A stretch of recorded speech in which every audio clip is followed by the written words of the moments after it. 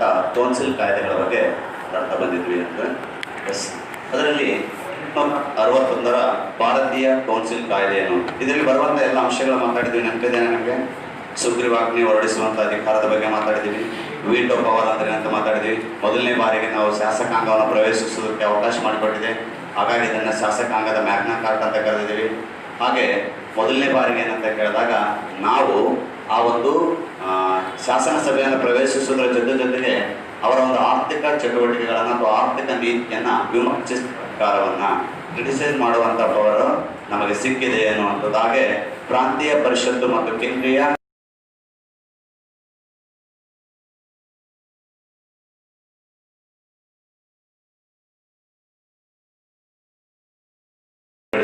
ಪ್ರಾಂತೀಯ ಪರಿಷತ್ತಿನ ಸದಸ್ಯರ ಸಂಖ್ಯೆಯನ್ನು 20ಕ್ಕೆ ನಿಗದಿಪಡಿಸಿದ್ದೀವಿ ಅನ್ನೋದ್ರ ಬಗ್ಗೆ ಮಾತಾಡ್ತಾ ಬಂದಿದ್ದೀವಿ ಅನ್ನೋದು.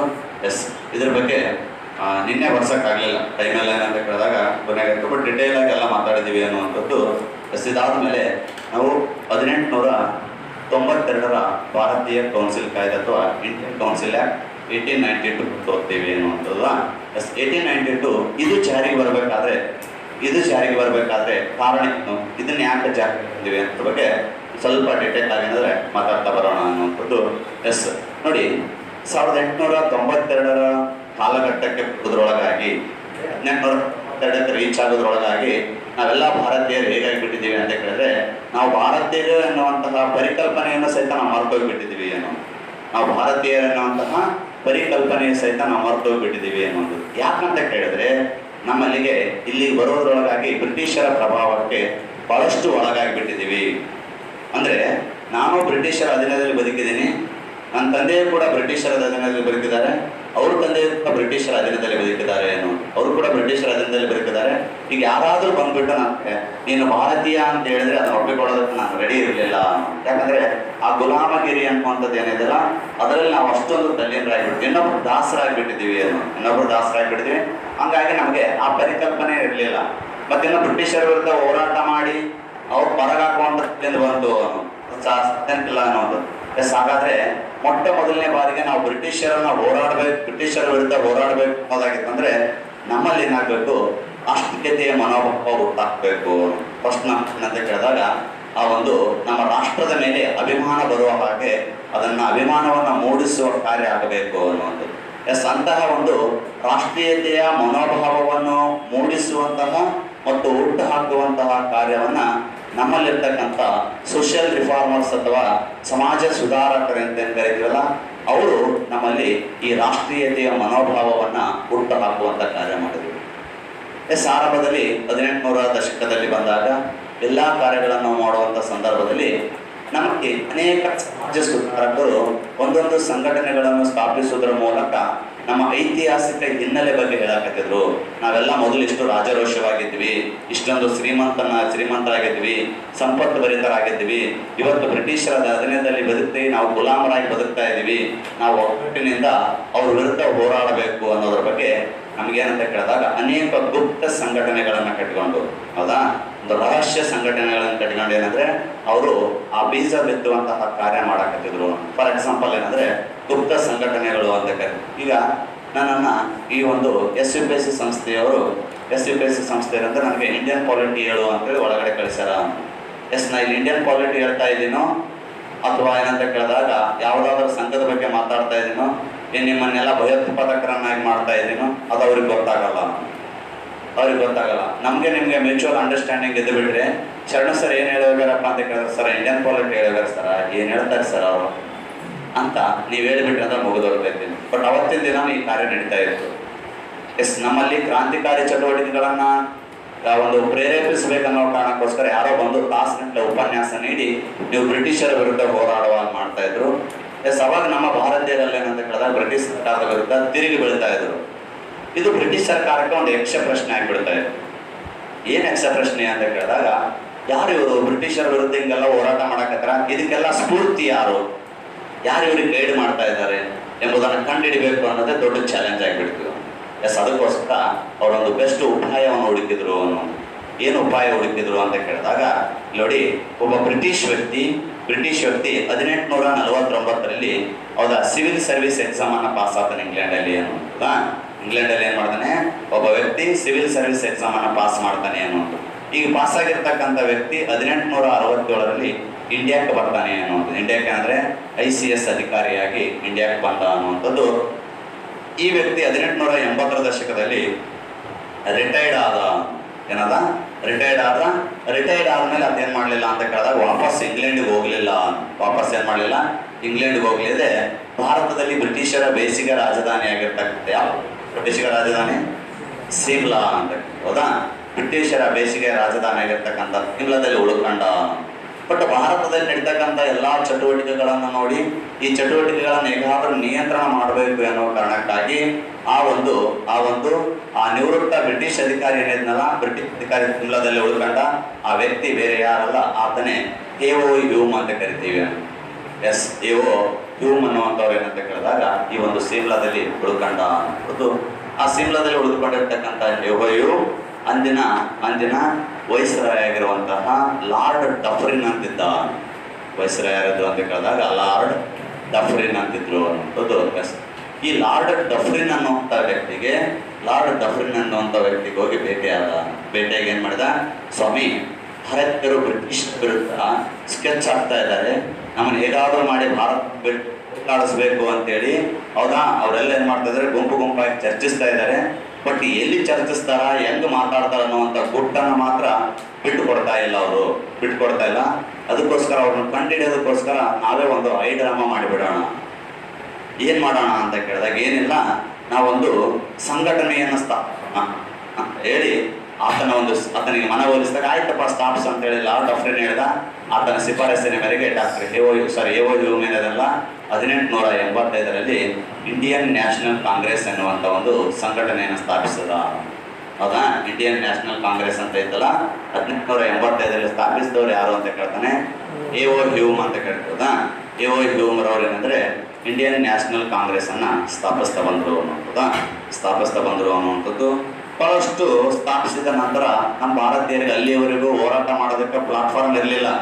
ಸುಮ್ಮನೆ ಎಲ್ಲೇ ಹೋಗ್ತದೋ ಓಡಾಡ್ತದೋ ಬರ್ತದೋ ಅನ್ನುವಂಥದ್ದು. ಬ್ರಿಟಿಷರಿಗೂ ಯಾರು ಹೋರಾಟ ಮಾಡಕತ್ತಾರೆ ಅನ್ನೋದು ಗೊತ್ತಾಗ್ತಿರ್ಲಿಲ್ಲ. ಈಗ ಅವರೇ ಒಂದು ಪ್ಲಾಟ್ಫಾರ್ಮನ್ನು ಕ್ರಿಯೇಟ್ ಮಾಡಿಕೊಟ್ರು. ನೋಡಪ್ಪ, ಕಾಂಗ್ರೆಸ್ ಅಂದ್ರೆ ಇವತ್ತಿನ ಪಾರ್ಟಿ ಅಲ್ರಿ, ಇವತ್ತಿನ ಇಂಡಿಯನ್ ನ್ಯಾಷನಲ್ ಕಾಂಗ್ರೆಸ್ ಅನ್ನೋಂಥ ಪಾರ್ಟಿ ಇದೆಯಲ್ಲ, ಆ ಪಾರ್ಟಿ ಅಲ್ಲ ಅನ್ನೋದು. ಕಾಂಗ್ರೆಸ್ ಮೀನ್ಸ್ ಸಮಾವೇಶ ಅಂತ ಹೇಳ್ಬೋದಾ. ಕಾಂಗ್ರೆಸ್ ಅಂತ ಏನಂದ್ರೆ ಒಂದು ಸಮಾವೇಶವನ್ನು ನಡೆಸೋದೇನಿತ್ತಲ್ಲ ಅದು ಕಾಂಗ್ರೆಸ್ ಅಂತ ಕರಿತೀವಿ ಅನ್ನುವಂಥದ್ದು.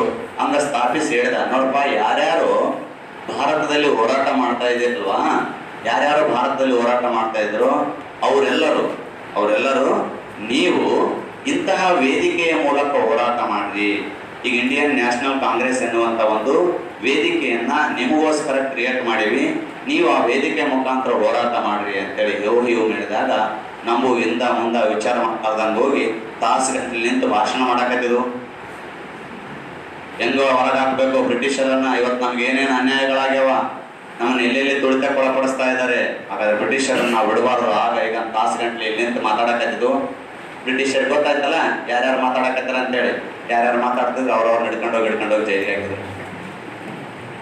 ಅವತ್ತಿನ ದಿನ ಯಾರ್ಯಾರು ಬ್ರಿಟಿಷ್ ಸರ್ಕಾರದ ವಿರುದ್ಧ ಮಾತಾಡ್ತಿದ್ರು ನೋಡು, ಅವ್ರು ಹಿಡ್ಕೊಂಡೋಗಿ ಏನಂತ ಕೇಳಿದಾಗ ಅವ್ರು ಜೈಲಿಗೆ ಹಾಕಿದ್ರು ಅನ್ನುವಂಥದ್ದು. ಜೈಲಿಗೆ ಹಾಕಿದಾಗ A.O. ಹ್ಯೂಮ್ ಹೇಳ್ತಾನ, ಇದು ನಿಮಗೋಸ್ಕರ ಸ್ಥಾಪನೆ ಮಾಡಿದ್ದಲ್ಲ, ಇದು ನಮಗೋಸ್ಕರ ಸ್ಥಾಪನೆ ಮಾಡ್ಕೊಂಡಿದ್ವಿ.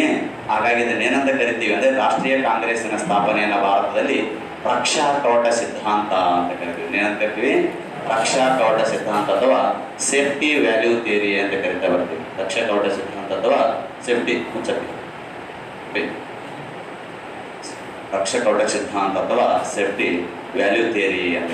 ರಕ್ಷಕೌಟ ಸಿದ್ಧಾಂತ ಅಥವಾ ಸೇಫ್ಟಿ ವ್ಯಾಲ್ಯೂ ಥಿಯರಿ ಅಂದರೆ ನಮ್ಮನ್ನು ತಾವು ರಕ್ಷಣೆ ಮಾಡಿಕೊಳ್ಳೋದಕ್ಕೋಸ್ಕರ ರಚಿಸಿರ್ತಕ್ಕಂಥದ್ದು ನಮಗೆ ಗೊತ್ತಾಗಲಿಲ್ಲ ಅನ್ನೋದು ಸೇಫ್ಟಿ ವ್ಯಾಲ್ಯೂ ಥಿಯರಿ ರಚಿಸ್ಕೊಂಡು. ಹಾಗಾಗಿ ಬಾಲಗಂಗಾಧರ ತಿಲಕ್ ಅವರು ಹೇಳ್ತಾರೆ, ಭಾರತದ ರಾಷ್ಟ್ರೀಯ ಕಾಂಗ್ರೆಸ್ ಎನ್ನುವಂಥ ಒಂದು ಸಂಘಟನೆ ಒಬ್ಬ ನಿವೃತ್ತ ಬ್ರಿಟಿಷ್ ಅಧಿಕಾರಿಯಿಂದ ಸ್ಥಾಪನೆಯಾಗಿದೆ ಎನ್ನುವ ಕಾರಣಕ್ಕೋಸ್ಕರ ಇನ್ನೂ ಜೀವಂತವಾಗಿದೆ. ಬ್ರಿಟಿಷ್ ಅಧಿಕಾರಿ ಸ್ಥಾಪಿಸಿದ್ದಾನೆ ಅನ್ನೋ ಕಾರಣಕ್ಕೋಸ್ಕರ ಇನ್ನೂ ಜೀವಂತವಾಗಿದೆ. ಅದನ್ನು ಒಂದು ವೇಳೆ ಏನಾದರೂ ನಮ್ಮ ಭಾರತೀಯರು ಸ್ಥಾಪಿಸಿದರೆ ಇಷ್ಟೊತ್ತಿಗೆ ನೆಲ ಸಮ ಮಾಡಿ ಆಗ್ತಾ ಇದ್ರು ಅಂತ. ಎಲ್ಲ ಕಡೆ ಏನು ಹೇಳ್ತಾರೆ ಅಂದರೆ, ನಮ್ಮವ್ರು ಯಾರು ಸ್ಥಾಪಿಸಿರುತ್ತೆ ಹೊಡೆದಾಕಿ ಬಿಡ್ತಿದ್ರು, ಹೌದಾ? ಅವರು ಏನಂತ ಕೇಳಿದಾಗ ಸ್ಥಾಪಿಸಿರೋ ಕಾರಣಕ್ಕೋಸ್ಕರ ಇನ್ನೂ ಉಳಿದೈತಿ ಅಂತ ಹೇಳ್ತಾನೆ. ಡಫರಿನ್ ಹೇಳ್ತಾನೆ ಮುಂದುವರೆದು, ಇದಕ್ಕೆ ಯಾರೇ ಸ್ವಾಮಿ ಸಂಘಟನೆ ಅಂತ ಕರೀತಾರ? ಇದು 4 ಜನ ವಿದ್ಯಾವಂತ ಅಲ್ಪಸಂಖ್ಯಾತರು ಕೂಡಿಕೊಂಡು ರಚಿಸಿಕೊಂಡಿರ್ತಕ್ಕಂಥ ಒಂದು ಸಂಘಟನೆ ಇದೆ ಅಂತ ಹೇಳ್ತಾನೆ. ಅಂದ್ರೆ 4 ಮಂದಿ ಓದಕ್ ಬರ್ತದೆ, ಎಲ್ಲರಿಗೂ ಬರಂಗಿಲ್ಲ ಅದು. 4 ಮಂದಿ ಓದಕ್ ಬರೋರು ಕೂಡಿಕೊಂಡು ರಚಿಸಿಕೊಂಡಿರ್ತಕ್ಕಂಥ ಒಂದು ಆರ್ಗನೈಸೇಷನ್ ಇದೆಪ್ಪ ಅಂತ ಹೇಳ್ತಾ ಬಂದಿದ್ರು. ಎಲ್ಲ ಹೇಳಿದ್ರ ನಡುವೆ ರಾಷ್ಟ್ರೀಯ ಕಾಂಗ್ರೆಸ್ ಸ್ಥಾಪನೆ ಆಯಿತು. ಸ್ಥಾಪನೆ ಆದಮೇಲೆ ನಮ್ಮವ್ರು ಏನಂತ ಕೇಳಿದಾಗ ಒಂದಾದ್ಮೇಲೆ ಏನಂತ ಕೇಳಿದಾಗ ಎಲ್ಲರೂ ಕೂಡಿಕೊಂಡು ಆರಂಭಿಸಿರ್ತಕ್ಕಂಥ ಹೋರಾಟ ಏನಿದೆಲ್ಲ, ಆರಂಭಿಸಿರ್ತಕ್ಕಂಥ ಹೋರಾಟಕ್ಕೆ ನಾವೇನಂತ ಕರೆದೀವಿ ಅಂತ ಕೇಳಿದಾಗ ಮಂದಗಾಮಿಗಳ ಯುಗ ಅಂತ ಕರೆದೀವಿ. ಏನಂತ ಕರೆದೀವಿ? ಮಂದಗಾಮಿಗಳ ಯುಗ ಅಂತ ಕರೆದೀವಿ. ಹೌದಾ? ಮಂದಗಾಮಿಗಳ ಯುಗ ಅಂತೇಳಿ ಕರೆದೀವಿ. 1885ರಿಂದ 1905ರವರೆಗೆ ಏನಾಯ್ತಲ್ಲ ಮಂದಗಾಮಿ ಪೀರಿಯಡ್ಸ್ ಅಂತ ಕರಿತಾ ಬರ್ತೀವಿ. ಆ ಅವಧಿಯಲ್ಲಿ ಅವರೆಲ್ಲ ಭಾಳಷ್ಟು ಏನಂತ ಕೇಳಿದಾಗ ಶಾಂತಿಯುತವಾಗಿ ಹೋರಾಟ ಮಾಡೋರು, ಯಾರಿಗೂ ಹೊಡೆಯೋರಲ್ಲ, ಸಾಯಿಸೋರಲ್ಲ. ಹೌದಾ? ಅವ್ರ ಹೋರಾಟದ ವಿಧಾನಗಳೇ ಭಾಳಷ್ಟು ಸೂಕ್ಷ್ಮ ಆಗಿದ್ದು. ಹೌದಾ? ಫಸ್ಟ್ ಏನು ಮಾಡೋರು ಅಂತ ಕೇಳಿದಾಗ ಪ್ರಾರ್ಥನೆ ಮಾಡೋರು. ಅಣ್ಣ ಪ್ಲೀಸ್ ಅಣ್ಣ ಬಿಟ್ಟು ಹೋಗ್ಬಿಡ್ರಣ ನಮ್ಮ ದೇಶನ. ಹೌದಾ? ನಮ್ಮ ದೇಶನ ಬಿಟ್ಟು ಹೋಗ್ಬಿಡ್ರಿ ಅಂತೇಳಿ ಏನು ಮಾಡೋರು? ಪ್ರೇಯರ್ ಮಾಡೋರು. ಎಸ್, ಈ ಪ್ರಾರ್ಥನೆಗೆ ಏನಾದರೂ ಅವ್ರು ಬಿಟ್ಟು ಹೋಗ್ಲಿಲ್ಲ ಅಂತ ಕೇಳಿದಾಗ ಕೇಳ್ಕೊಳ್ಳೋರು ಅವರು. ಹೌದಾ? ಕೇಳ್ಕೊಳ್ಳೋರು, ಬಿಟ್ಟು ಹೋಗ್ಬಿಡ್ರಣ, ಯಾವಾಗ ಬಿಟ್ಟು ಹೋಗ್ತಾರೆ, ಬ್ರಿಟಿಷರಿಗೆ ಮನವಿ ಕೊಡ್ತೇನೆ ಅಂದರೆ ಪ್ರಾರ್ಥನೆ ಮಾಡೋರು. ಅದಕ್ಕೇನಾದರೂ ಪ್ರಾರ್ಥನೆಗೆ ಸ್ಪಂದಿಸಲಿಲ್ಲ ಅಂದರೆ ಮನವಿ ಪತ್ರ ಕೊಡೋರು.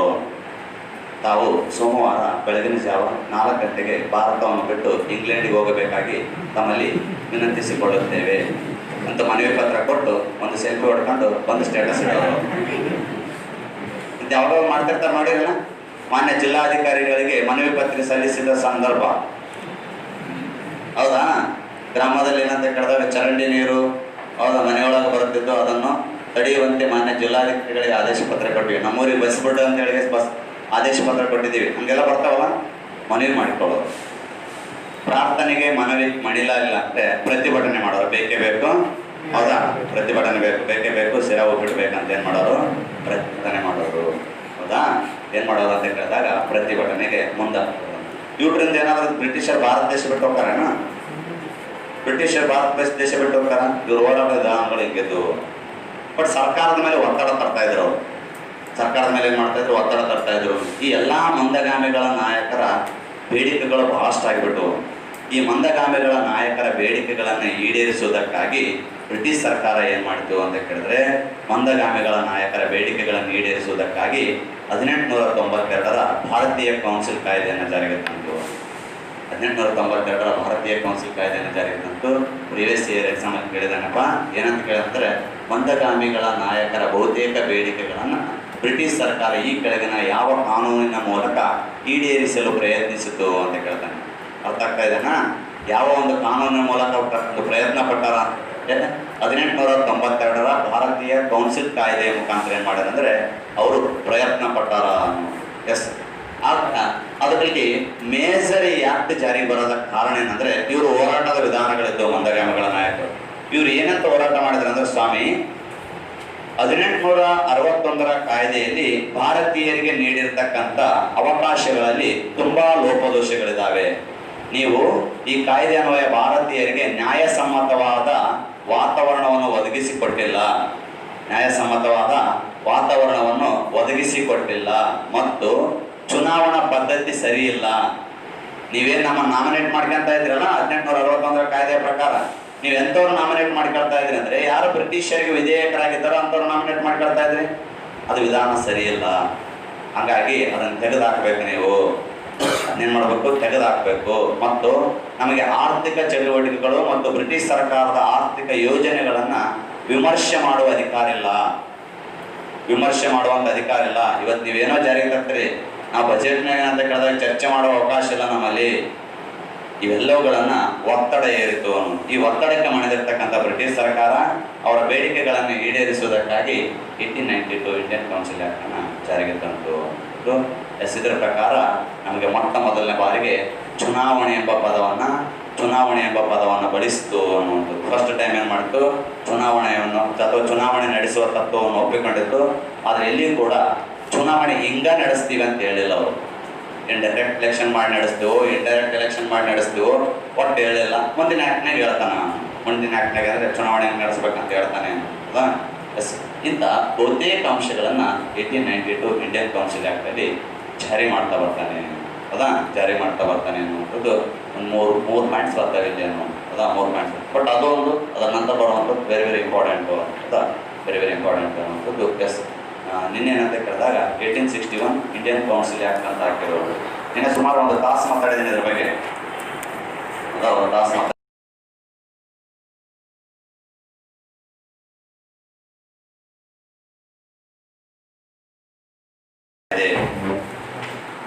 1861 ಭಾರತೀಯ ಕೌನ್ಸಿಲ್ ಕಾಯ್ದೆ.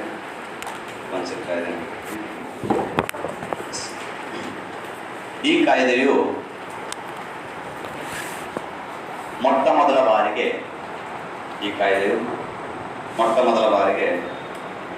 ಭಾರತೀಯರಿಗೆ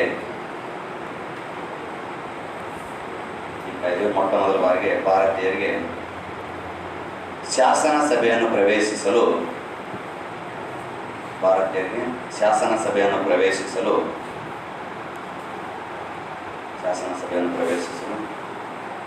ಅವಕಾಶ ಕಲ್ಪಿಸಿತು.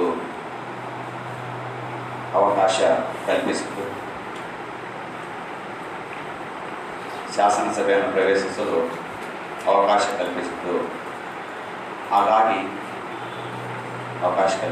ಹಾಗಾಗಿ ಇದನ್ನು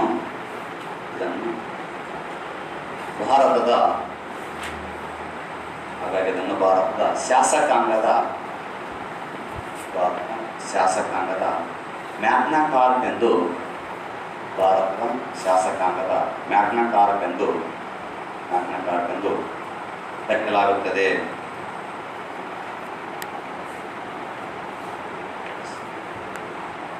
ಶಾಸಕಾಂಗದ ಮ್ಯಾಗ್ನಾ ಕಾರ್ಟ್ ಎಂದು ಕರೆಯಲಾಗುತ್ತದೆ. ನೆಕ್ಸ್ಟ್ ಪಾಯಿಂಟ್ ಅಮ್ಮ, ವೈಸರಾಯರ ಕಾರ್ಯನಿರ್ವಾಹಕ ಮಂಡಳಿಗೆ ಎಕ್ಸಿಕ್ಯೂಟಿವ್ ಕೌನ್ಸಿಲ್ ಅಂತ ಕರಿತೀವಲ್ಲ, ವೈಸರಾಯರ ಕಾರ್ಯನಿರ್ವಾಹಕ ಮಂಡಳಿಗೆ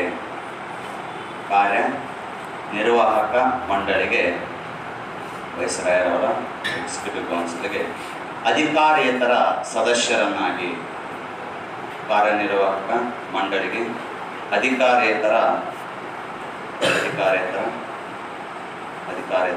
ಸದಸ್ಯರನ್ನಾಗಿ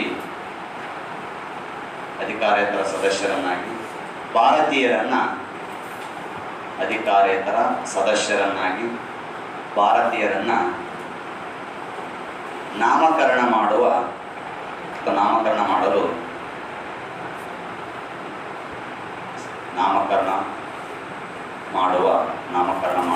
ಅಧಿಕಾರವನ್ನು ವೈಸರಾಯರಿಗೆ ನೀಡಲಾಯಿತು. ನಾಮಕರಣ ಮಾಡುವ ಅಧಿಕಾರವನ್ನು ವೈಸರಾಯರಿಗೆ ನೀಡಲಾಯಿತು.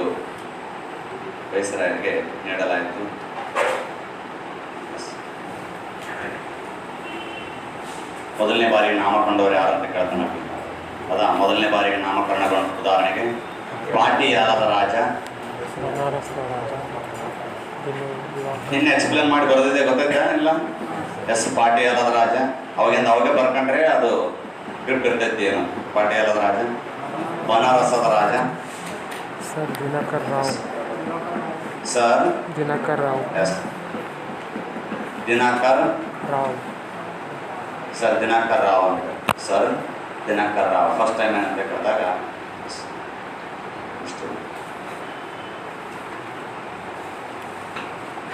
ತುರ್ತು ಸಂದರ್ಭಗಳಲ್ಲಿ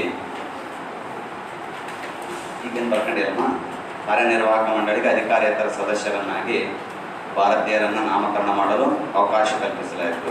ಮೊದಲನೇ ಬಾರಿಗೆ ಯಾರ್ಯಾರು ನಾಮಕರಣಗೊಂಡಾರಂದರೆ ಪಾಟಿಯಾಲದ ರಾಜ, ಎರಡನೇದು ಬನಾರಸದ ರಾಜ, ಮೂರನೇದು ಸರ್ ದಿನಕರ್ ರಾವ್. ಎಷ್ಟಂದರೆ ತುರ್ತು ಸಂದರ್ಭಗಳಲ್ಲಿ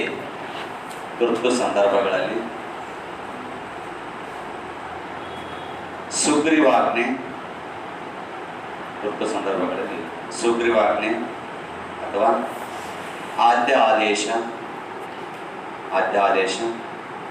ಅಥವಾ ಆರ್ಡಿನೆನ್ಸ್ ಅನ್ನು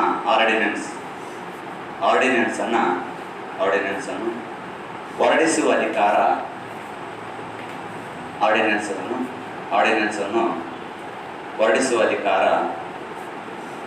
ಅಧಿಕಾರ ವೈಸರಾಯರಿಗೆ ನೀಡಲಾಯಿತು. ವೈಸರಾಯರಿಗೆ ನೀಡಲಾಯಿತು.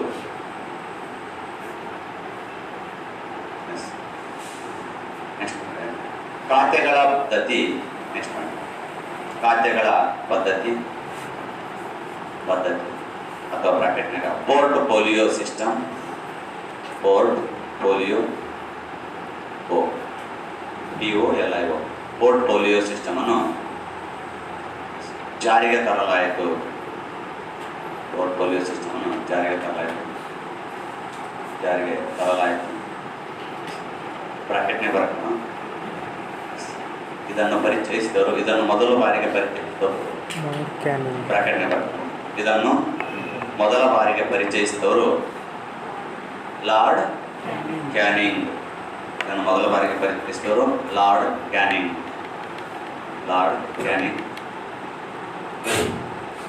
ನೆಕ್ಸ್ಟ್ ವೈಸರಾಯರಿಗೆ ವೀಟೋ ಅಧಿಕಾರವನ್ನು ನೀಡಲಾಯಿತು. ಇನ್ನು ಹೇಳಿದ್ದೆ ನೆನಪಿದೆನ? ವೈಸರಾಯರಿಗೆ ವೀಟೋ ಅಧಿಕಾರವನ್ನು ನೀಡಲಾಯಿತು.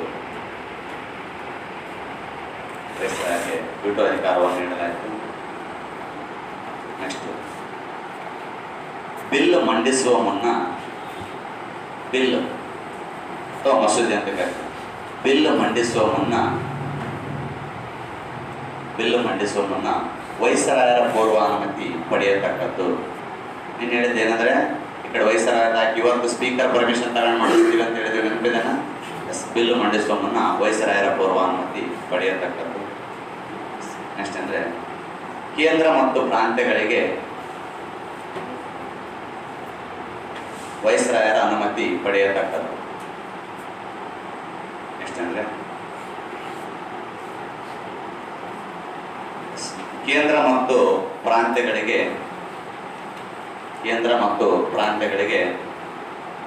ಪ್ರತ್ಯೇಕ ಬಜೆಟ್ ರಚನೆಗೆ, ಕೇಂದ್ರ ಮತ್ತು ಪ್ರಾಂತ್ಯಗಳಿಗೆ, ಸೆಂಟ್ರಲ್ ಮತ್ತು ಪ್ರಾವಿನ್ಸಸ್ಗೆ ಸಪರೇಟ್ ಬಜೆಟ್ ಮಾಡಬೇಕಂತ ಡಿಸೈಡ್ ಮಾಡ್ತೀವಿ. ಕೇಂದ್ರ ಮತ್ತು ಪ್ರಾಂತ್ಯಗಳಿಗೆ ಪ್ರತ್ಯೇಕ ಬಜೆಟ್ ರಚನೆಗೆ ನಿರ್ಧರಿಸಲಾಯಿತು.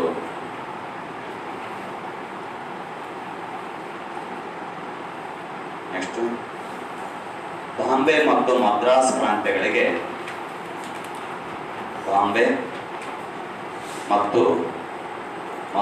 ಪ್ರಾಂತ್ಯಗಳಿಗೆ ಶಾಸನೀಯ ಅಧಿಕಾರವನ್ನು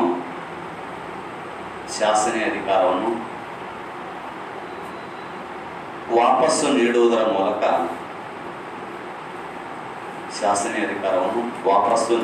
ಮೂಲಕ ವಿಕೇಂದ್ರೀಕರಣ ಪ್ರಕ್ರಿಯೆಯನ್ನು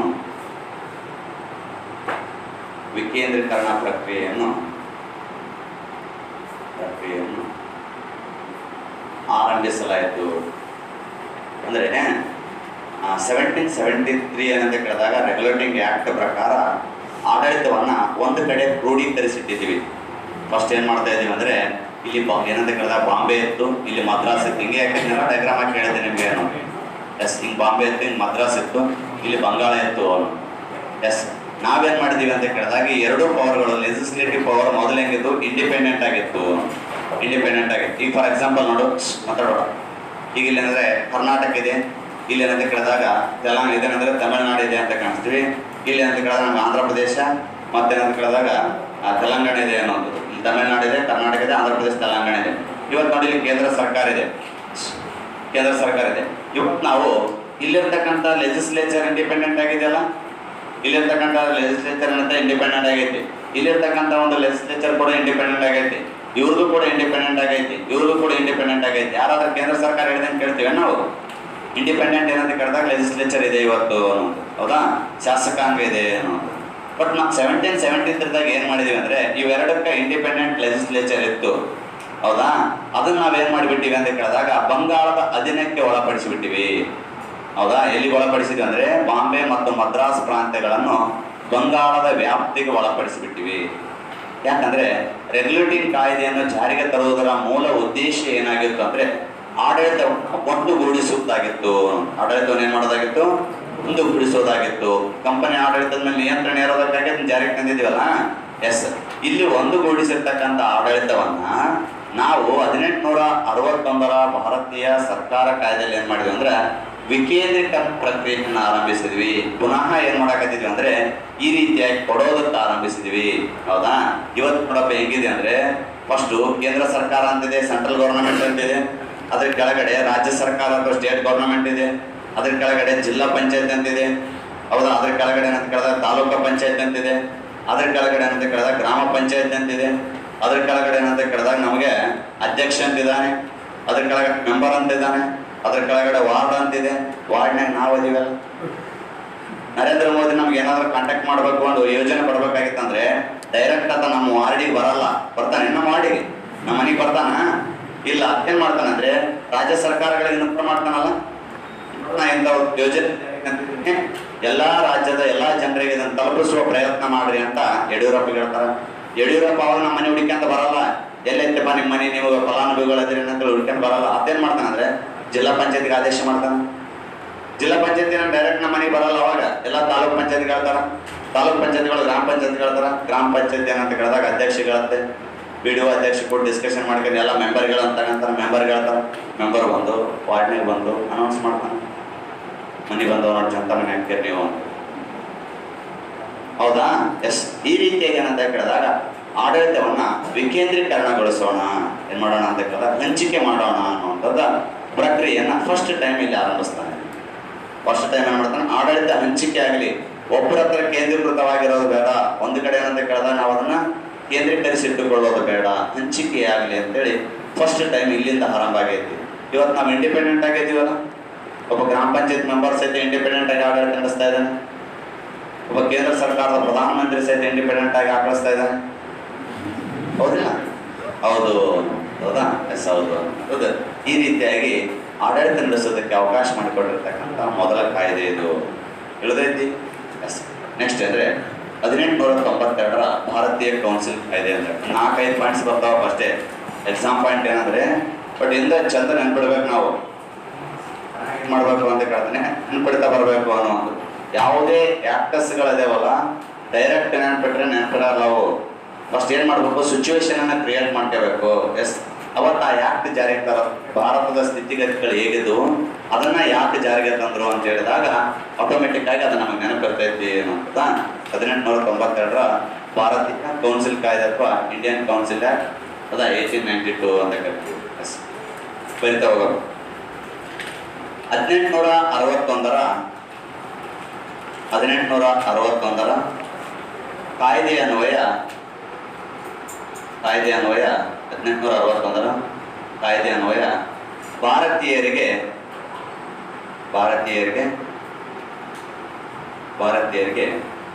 ನ್ಯಾಯಸಮ್ಮತವಾದ 1861 ಕಾಯ್ದೆ ಅನ್ವಯ ಭಾರತೀಯರಿಗೆ ನ್ಯಾಯಸಮ್ಮತವಾದ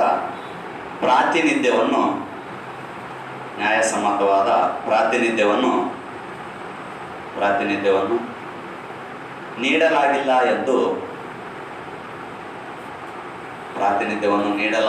ಎಂದು ರಾಷ್ಟ್ರೀಯ ಕಾಂಗ್ರೆಸ್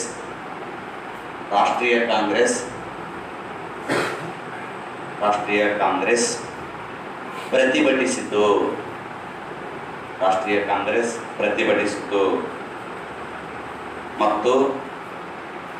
ಮತ್ತು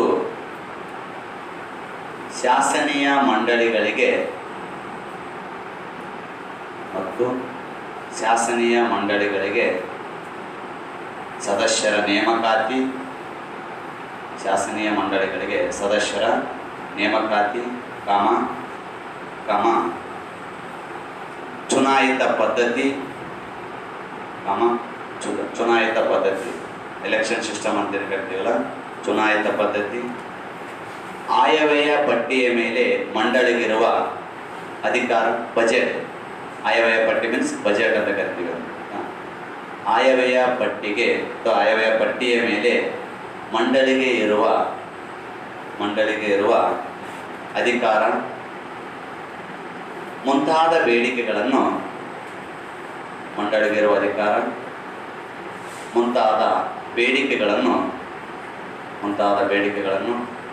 ಬ್ರಿಟಿಷ್ ಸರ್ಕಾರದ ಮುಂದೆ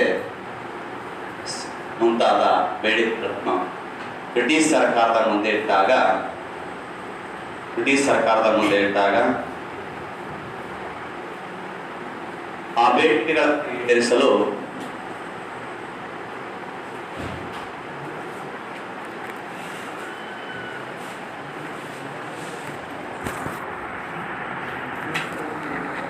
ಸರ್ಕಾರದ ಮುಂದೆ ಇಟ್ಟಾಗ ಆ ಬೇಡಿಕೆಗಳನ್ನು ಈಡೇರಿಸುವುದಕ್ಕಾಗಿ ಬ್ರಿಟಿಷ್ ಸರ್ಕಾರ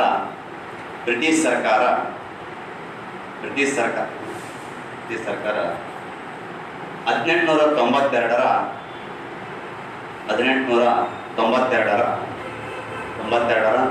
ಕೌನ್ಸಿಲ್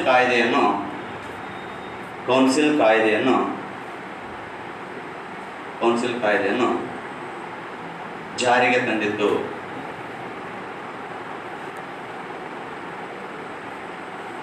ಲಕ್ಷಣಗಳು ಅಂತ ಬರ್ತಾ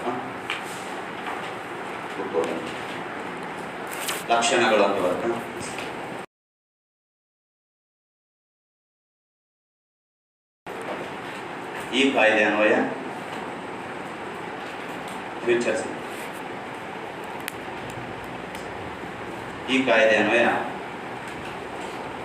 ಭಾರತದಲ್ಲಿ ಚುನಾವಣೆಗಳು ನಡೆಸುವ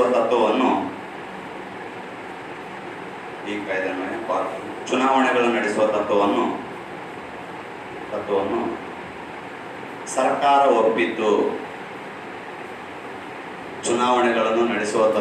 ಸರ್ಕಾರ ಒಪ್ಪಿತು. ಆದರೆ ಚುನಾವಣೆ ಎಂಬ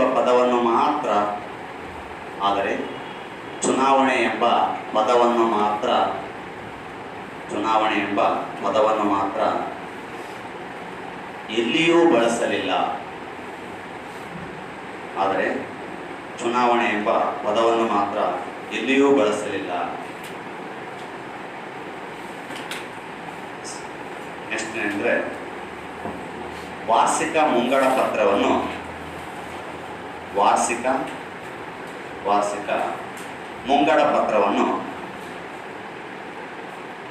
ಬಜೆಟ್ ಅಂತ ಕರಿತೀವಿ.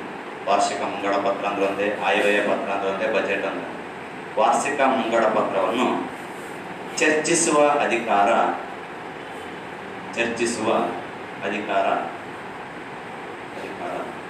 ಶಾಸನ ಸಭೆಗಳಿಗೆ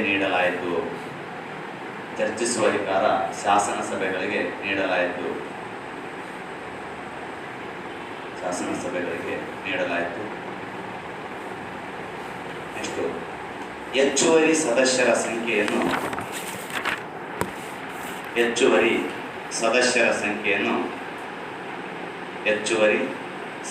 ಸಂಖ್ಯೆಯನ್ನು ಅಧಿಕಗೊಳಿಸಲಾಯಿತು. ಹೆಚ್ಚುವರಿ ಸದಸ್ಯರ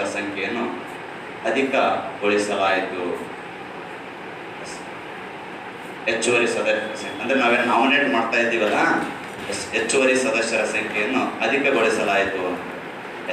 ಉದಾಹರಣೆಗೆ ಪ್ರಾಂತೀಯ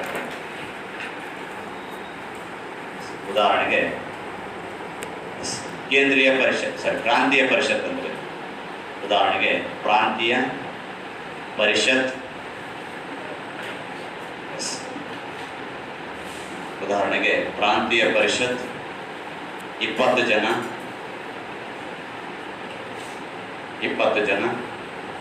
ಅಂದರೆ ಶಾಸಕಾಂಗ ಪರಿಷತ್ 16 ಜನ. ನೀವು ಸೆಂಟ್ರಲ್ ಲೆಜಿಸ್ಲೇಟಿವ್ ಕೌನ್ಸಿಲ್ ಅಂತ ಇತ್ತಲ್ಲ, ಅಲ್ಲಿ ಹೌದಾ ಇಲ್ಲೇನಂತ ಕೇಳಿದಾಗ ನಮಗೆ ಲೆಜಿಸ್ಲೇಟಿವ್ ಕೌನ್ಸಿಲ್ ಅಂತ ಮಾಡ್ಕೊಂಡಿದ್ದೀವಿ, ಗೊತ್ತದ? ಅದ್ರ ನಂಬರ್ ಅವಾಗ ನಾವು 1853ರ ಚಾರ್ಟರ್ ಕಾಯ್ದೆ ಓದಿದ್ವಿ, ಹೌದಾ? 4 ಪ್ರಾಂತ್ಯಗಳದ್ದು, ಬಾಂಬೆ, ಕಲ್ಕತ್ತಾ, ಮದ್ರಾಸ್, ಆಗ್ರಾ, 4 ಪ್ರಾಂತ್ಯಗಳಿಂದ 4 ಜನ ಸದಸ್ಯರನ್ನು ಒಳಗೊಂಡಂತೆ ನಾವು 6 ಜನ ಬರಬೇಕು ಅಂತ ಇರ್ತಲ್ಲಿ, ಹೌದಾ? ನಾವು ಇಲ್ಲಿ ಏನು ಮಾಡ್ಕೊಂಡಿವಿ ಅಂದರೆ ಆ ಸಂಖ್ಯೆ ಹೆಚ್ಚಿಗೆ ಮಾಡಿದ್ದೀವಿ. ಏನು ಫಾರ್ ಎಕ್ಸಾಂಪಲ್ ಇವತ್ತು ನೋಡು, ನಮ್ಮಲ್ಲಿ ಲೋಕಸಭೆ ಸದಸ್ಯರ ಸಂಖ್ಯೆ 552 ಇದೆ. ಮ್ಯಾಕ್ಸಿಮಮ್ ಏನಂತ ಕೇಳಿದಾಗ ಸ್ಟ್ರೆಂತ್ ಎಷ್ಟಿದೆ ಅಂದರೆ 552 ಇದೆ ಅನ್ನುವಂಥದ್ದು. ಅದು ಆರಂಭದಲ್ಲಿ ಇಲ್ಲಿಂದ ಬಂದೈತಿ. ಈಗ 16 ಆಗೈತೆ, ಹೌದಾ? ಮುಂದಿನ ಕಾಯ್ದೆಗೆ ಬಂದಾಗ ಅದು ಮತ್ತೆ ಜಾಸ್ತಿ ಆಗುತ್ತೆ, ಇನ್ಕ್ರೀಸ್ ಆಗ್ಕೊಂತ ಹೋಗ್ತೈತಿ ಅನ್ನುವಂಥದ್ದು. ಮತ್ತೆ 16 ಹೋಗಿ ಮುಂದೆ 60 ಆಗುತ್ತೆ ಅನ್ನುವಂಥದ್ದು, 60 ಹೋಗಿ ಮುಂದೆ 144 ಆಗುತ್ತೆ ಅನ್ನೋದು. ಬಟ್ ಆಯಾ ಕಾಯ್ದೆಯಲ್ಲಿ ಏನೇನಾಗುತ್ತೆ ಅನ್ನೋದು ಕೇಳಬೇಕಾಗುತ್ತೆ. ಯಾಕಂದ್ರೆ ಸರ್ ಇವೆಲ್ಲ ಓದೋದಕ್ಕೆ ಲಾಸ್ಟಿಂದ ಒಂದ ಓದಿದ್ರೆ ಆಯ್ತಲ್ರಿ ಅಂತ ಕೇಳ್ಬೋದು. ಬಟ್ ಯಾಕೆ ಇವನು ಓದ್ಬೇಕಂದ್ರೆ ಅವನು ಕೇಳ್ತಾನೆ 1892ರ ಭಾರತ ಸರ್ಕಾರ ಕಾಯ್ದೆಗೆ ಸಂಬಂಧಿಸಿದಂತೆ ಈ ಕೆಳಗೆ ನೀಡಲಾಗಿರುವ ಹೇಳಿಕೆಗಳಲ್ಲಿ ಯಾವುದು ಸರಿ ಅಂತ ಕೇಳ್ತಾನೆ. ಯಾವುದು ಸರಿ ಅಂದಾಗ ಅದರ ಇನ್ನೇನು ಆ ಒಂದು ಫ್ಯಾಕ್ಟ್ಸ್ ಅದಾವಲ್ಲ ಅಷ್ಟು ನೆನ್ಪಿಡಬೇಕು. ಅರ್ಥ ಆಯ್ತಾ? ಇಲ್ಲೇನು ಭಾಳಷ್ಟು ಬರೋಂಗಿಲ್ಲ, ಒಂದೆರಡು 3 ಪಾಯಿಂಟ್ ನೆನ್ಪಿಟ್ಬಿಟ್ರೆ ಸಾಕು ಅನ್ನುವಂಥ. ಬಟ್ ಆ ಯಾಕ್ಟ್ ಒಂದು ನೆನ್ಪಿಡ್ಲೇನೆ 3 ಕೌನ್ಸಿಲ್ ಕಾಯ್ದೆಗಳು ಬಂದಾವ ಅನ್ನೋ. ಓಕೆ, ನೆಕ್ಸ್ಟ್ ಹೆಡ್ಲೈನ್ ಏನಾಗ್ತೀವಿ ಅಂದರೆ 1909ರ ಭಾರತೀಯ ಕೌನ್ಸಿಲ್ ಕಾಯ್ದೆ. 1909ರ ಭಾರತೀಯ ಕೌನ್ಸಿಲ್ ಕಾಯ್ದೆ. ಬಟ್ ನಡೆಸ್ತೀನಿ ಅಂತ ಹೇಳ್ಯಾನ ಗುರಿಗೆ. ಇಂಡಿಯನ್ಸ್ಗಿಂತ ಕೊಟ್ಟಿಲ್ಲ ನಾವು. ನಮಗೆ ಭಾಗವಹಿಸಕ್ಕೆ ಏನಂತ ಕೇಳಿದಾಗ ಪಾರ್ಟಿಸಿಪೇಟ್ ಮಾಡ್ತಾರೆ. ಬಟ್ ವೋಟಿಂಗ್ ಪವರ್ ಇಲ್ಲ. ವೋಟ್ ಹೆಂಗೆ ಹಾಕ್ಬೇಕನ್ನೋದನ್ನ ಈ ಆ್ಯಕ್ಟಲ್ಲಿ ಹೇಳ್ತಾನೆ. ಅವ್ರು ನಾಮಿನೇಟ್ ಮಾಡ್ಬೇಕಾ, ಡೈರೆಕ್ಟ್ ಎಲೆಕ್ಷನ್ ಇರ್ಬೇಕಾ, ಇಂಡೈರೆಕ್ಟ್ ಎಲೆಕ್ಷನ್ ಇರ್ಬೇಕಾ, ಏನಂತ ಕೇಳಿದಾಗ ಸಿಸ್ಟಮ್ ಇರ್ಬೇಕು ಅನ್ನೋದ್ರ ಬಗ್ಗೆ ಇಲ್ಲಿ ಹೇಳ್ತಾನೆ. ಏನು ಜಸ್ಟ್ ಎಲೆಕ್ಷನ್ ಮಾಡ್ತೀನಿ ಅಂತ ಹೇಳೋಣ ಅಷ್ಟೇ. ಹಾಂ ಎಸ್, ಇದರಲ್ಲಿ ಏನಂತ ಹೇಳೋಣ ಗೊತ್ತಾ, ಫಸ್ಟ್ ನಾನು ಎಲೆಕ್ಷನ್ ನಡೆಸ್ತೀನಿ ಅಂತ ಹೇಳೋಣ. ಬಟ್ ಹೆಂಗೆ ನಡೆಸ್ತೀನಿ ಅಂತ ಹೇಳಿಲ್ಲ. ಅದಕ್ಕೆ ಎಲೆಕ್ಷನ್ ಎಂಬ ಪದವನ್ನು ಇನ್ನೂ ಬಳಸಿಲ್ಲ ಅಂತ ಹೇಳಿವಿ. ಬಟ್ ಇಲ್ಲಿ ತಿಳಿತೈತಿ.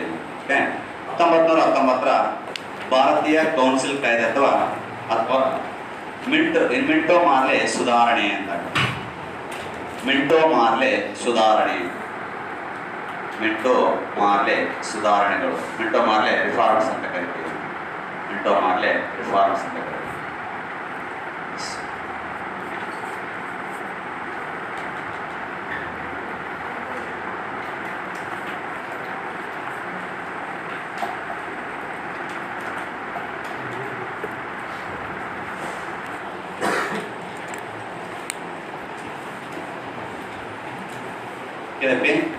ನನಗೆ ಈ ಕಾಯ್ದೆ ಹೇಗೆ ಜಾರಿಗೆ ಬಂತು ಅನ್ನೋದ್ರ ಬಗ್ಗೆ ತುಂಬ ಡಿಟೇಲ್ ಆಗಿ ಮಾತಾಡಿರ್ತೀನಿ. ಹೌದಾ? ಇದೆಲ್ಲ ಸ್ಟೋರಿ ನೆನ್ಪಿಟ್ಟ. ಅರ್ಥ ಆಯ್ತಾ? ಕಾನ್ಸ್ಟಿಟ್ಯೂಷನಲ್ ಪರ್ಪೋಸ್ ಏನಂತ ಕೇಳಿದಾಗ ಏನೇನು ಪಾಯಿಂಟ್ಸ್ಗಳನ್ನು ಬರ್ಕೋಬೇಕು ಅಂತೇಳಿ ನಾನು ಬರೆಸ್ತೀನಿ ಏನು ಅಂತ. ಆಯ್ತಾ? ಅದ್ರ ಸ್ಟೋರಿ ನೀನು ನೆನಪರೇಟ್ಗ ಇಲ್ಲ ಸರ್ ನಾನು ಯಾಕೆಂತೀನಿ ಅನ್ನೋದಾಗಿದ್ದು ನೆನ್ಪಿಡ್ಬೇಕು. ಸಂಬಂಧ ಇಲ್ಲ. ನಾವು ಹೆಂಗೆ 2-3 ಪಾಯಿಂಟ್ಸ್ ಬರೆಸಿದ್ದೀನಲ್ಲ ಆ ಥರ ಬರೆಸ್ತೀನಿ ಆಮೇಲೆ ಅನ್ನೋದು. ಗೊತ್ತಾಯ್ತಾ? ಬಟ್ ನನಗೇನಂದರೆ ಅದು ಬರೋದು ಅಷ್ಟೇ ಇಂಪಾರ್ಟೆಂಟ್ ಇದೆ, ತಿಳ್ಕೊಳ್ಳೋದು ಕೂಡ ಅಷ್ಟೇ ಇಂಪಾರ್ಟೆಂಟು. ತಿಳಿಲಿಲ್ಲ ಅಂದರೆ ಆಮೇಲೆ ನೀವು ಬರೋದೈತಿ ಅಂದ್ರೆ ಅದು ವೇಸ್ಟ್ ಆಗ್ತೈತಿ ಏನು. ಹೌದಾ? ಮನೆಗೆ ಹೋದ್ಮೇಲೆ ಮತ್ತೆ ಓದಬೇಕಾಗುತ್ತೆ ಅನ್ನೋದು.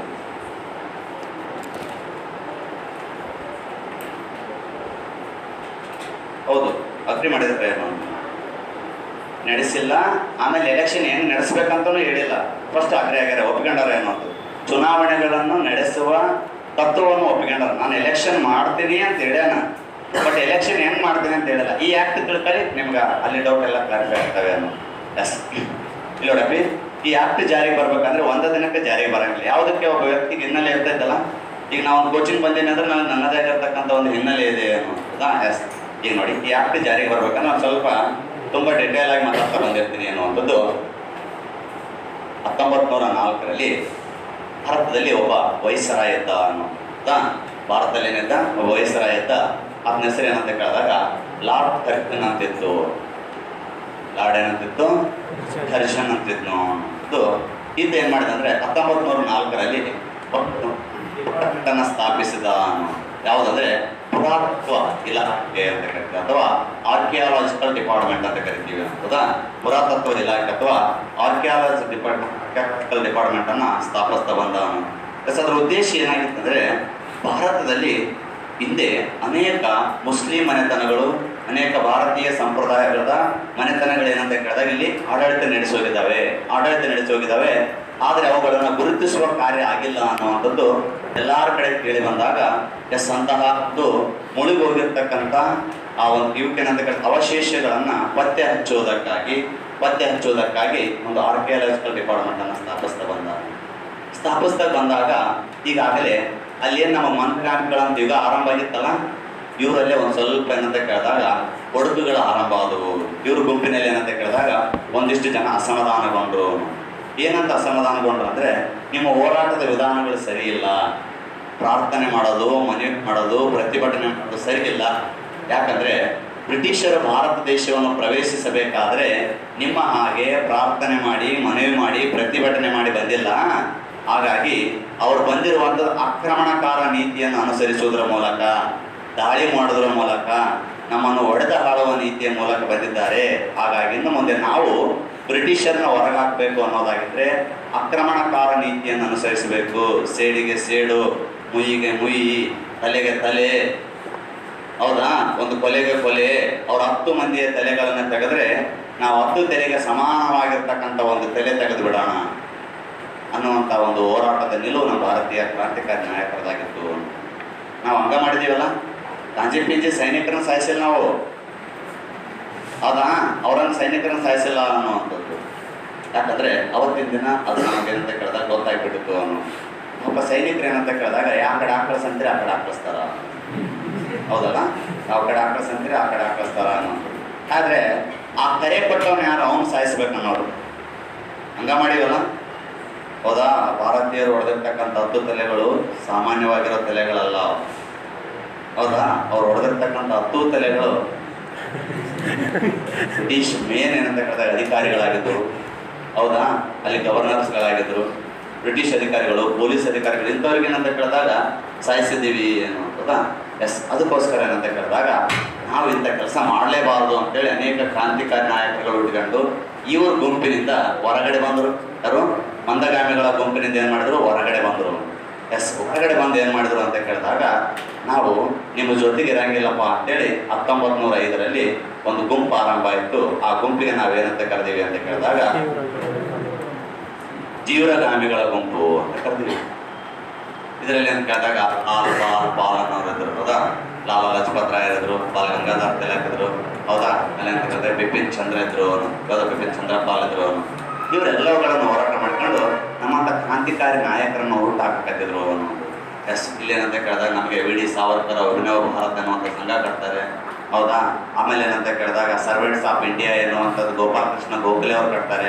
ಇವೆಲ್ಲವುಗಳನ್ನು ಕಟ್ಕೊಂಡು ಅವ್ರು ಪ್ಲಾನ್ ಮಾಡಿದ್ರು, ಇನ್ಮೇಲೆ ಭಾರತದಿಂದ ಬ್ರಿಟಿಷರನ್ನ ಹೊರಗಾಕಬೇಕು ಅನ್ನೋದಾಗಿದ್ರೆ ಭಾರತೀಯರನ್ನು ನಂಬಿದ್ರೆ ಸಾಧ್ಯ ಆಗಲ್ಲ.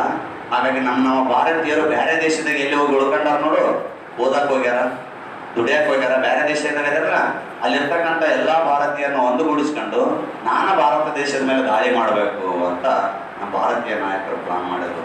ಅವರು ಉಟ್ಕೊಂಡಿರ್ತಕ್ಕಂಥವ್ರು ಭಗತ್ ಸಿಂಗ್ರನ್ನು ನೋಡ್ತೀವಿ, ಚಂದ್ರಶೇಖರ್ ಆಜಾದರನ್ನು ನೋಡ್ತೀವಿ, ಹೌದಾ. ಲಾಲ್ ಇಂದಿರಾದಂಥವ್ರನ್ನ ನೋಡ್ತೀವಿ, ಹೌದಾ. ಇಲ್ಲೇನಂತ ಕೇಳಿದಾಗ ಭಾಳ ಜನ ಅಂತ ಕೇಳಿದಾಗ ಕ್ರಾಂತಿಕಾರಿಗಳ ನಾಯಕರು ಹುಟ್ಟಿಕೊಂಡಿರ್ತಕ್ಕಂಥ ಈಗ ಸುಭಾಷ್ ಚಂದ್ರ ಬೋಸ್ರಂಥವ್ರು ನೋಡ್ತೀವಿ. ಇಲ್ಲೇನಂತ ಕೇಳಿದಾಗ ಬಹುತೇಕವಾಗಿ ಸ್ವಾಮಿ ವಿವೇಕಾನಂದವ್ರಂಥವ್ರು ನೋಡ್ತೀವಿ. ನಮ್ಮಲ್ಲಿ ರಾಷ್ಟ್ರೀಯತೆ ಮನೋಭಾವವನ್ನು ಮೂಡಿಸೋ ಕೆಲಸ ಮಾಡ್ತಾ ಇದ್ದಾರೆ. ನ್ಯಾಷನಲಿಸ್ಟ್ ಅಂದ್ರೆ ಏನಂತ ತೋರಿಸ್ಕೊಡ್ತಾ ಇದ್ದಾರೆ ಅನ್ನೋದು ಬಹಳ ಉಗ್ರವಾಗಿ ಹೋರಾಟಗಳು ನಡೆದವು.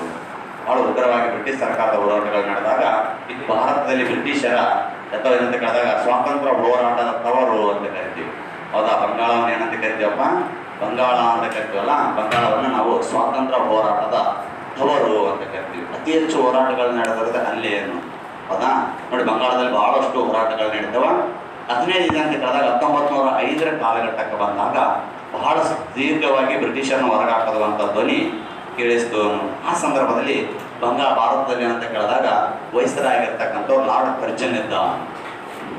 ಏನಿದ್ದ, ಲಾರ್ಡ್ ಕರ್ಜನ್ ಎನ್ನುವಂಥವ್ನು ವೈಸ್ರಾಯ್. ಅವನಿಗೆ ಭಾರತದ ಸಮಸ್ಯೆಗಳನ್ನು ನಿಯಂತ್ರಣ ಮಾಡೋಕ್ಕಾಗ್ತಾ ಇರಲಿಲ್ಲ, ಕಂಟ್ರೋಲ್ ಮಾಡೋಕ್ಕಾಗ್ತಾ ಇಲ್ಲ ಅನ್ನೋ. ಹಾಗಾದರೆ ಬಹಳಷ್ಟು ಏನಂತ ಕೇಳಿದಾಗ ಸಮಸ್ಯೆನ ಎದುರಿಸ್ತಾ ಇದ್ದ. ಅವಾಗೆ ಭಾಳ ಮೂಡಾಗಿದ್ನ ಬ್ರಿಟಿಷ್ ಸರ್ಕಾರ ಅವ್ರ ಮೇಲೆ ಒತ್ತಡ ಇರ್ತಾ ಇತ್ತು. ಏನೇನು ಒಂದು ಸಮಸ್ಯೆ ಇದ್ದ. ಈಗ ನೋಡು, ಒಬ್ಬ ಪೊಲೀಸ್ ಕಾನ್ಸ್ಟೇಬಲ್ PSI ಮೇಲೆ SP ಮೇಲೆ ಹೆಂಗೆ ಒತ್ತಡ ಇರ್ತಾರೆ. ಏನ್ರಿ ನೀವು ಅಲ್ಲಿ ಉಟ್ಕೊಂಡಿರ್ತಕ್ಕಂಥ ಸಮಸ್ಯೆನ ಬಗೆಹರಿಸೋಕ್ಕಾಗ್ತಾ ಇಲ್ವ ನಿಮ್ಮ ಕೈಲಿ, ನೀವು ಯಾಕೆ ಅಧಿಕಾರದಲ್ಲಿ ಇರ್ತೀರಿ, ರಾಜೀನಾಮೆ ಕೊಟ್ಟು ಹೋಗ್ಬಿಡಿ, ನೀವು ನೋಟಿಸ್ ಇಶ್ಯೂ ಮಾಡ್ತೀನಿ, ನಿಮ್ಮ ಅಮ್ಮ ಕಳಿಸ್ತೀನಿ ಅಂತ ಹೇಳ್ತಾರಲ್ಲ. ಅದ್ರಂಗೆ ಅವತ್ತಿನ ದಿನ ಬ್ರಿಟಿಷ್ ಸರ್ಕಾರ ಇವ್ರ ಮೇಲೆ ಒತ್ತಡ ಆಗ್ತಾ ಇತ್ತು. ಇದು ಚಿಂತೆಗೆ ಏನು ಮಾಡ್ಬೇಕು ಅಂತೇಳಿ ದಿನ ಇದ್ರಾಗ ಒಂದೊಂದು ಬಾಟ್ಲಿ ತಗೊಂಡು ಹೋಗಿ ದೂರ ಕುಂತು ತಗೊಳಕ್ಕಾಗಿತ್ತು, ಹೌದಾ. ದಿನ ಏನು ಮಾಡೋಕ್ಕಾಗಿತ್ತು, ಒಂದೊಂದು ಬಾಟ್ಲಿ ತಗೊಂಡು ಹೋಗಿ ದೂರ ಕುಂತ ಕರ್ಜನು ಅನ್ನುವಂಥದ್ದು. ಕುಡಿ ಏನಾಗಲ್ಲ, ಕುಡಿ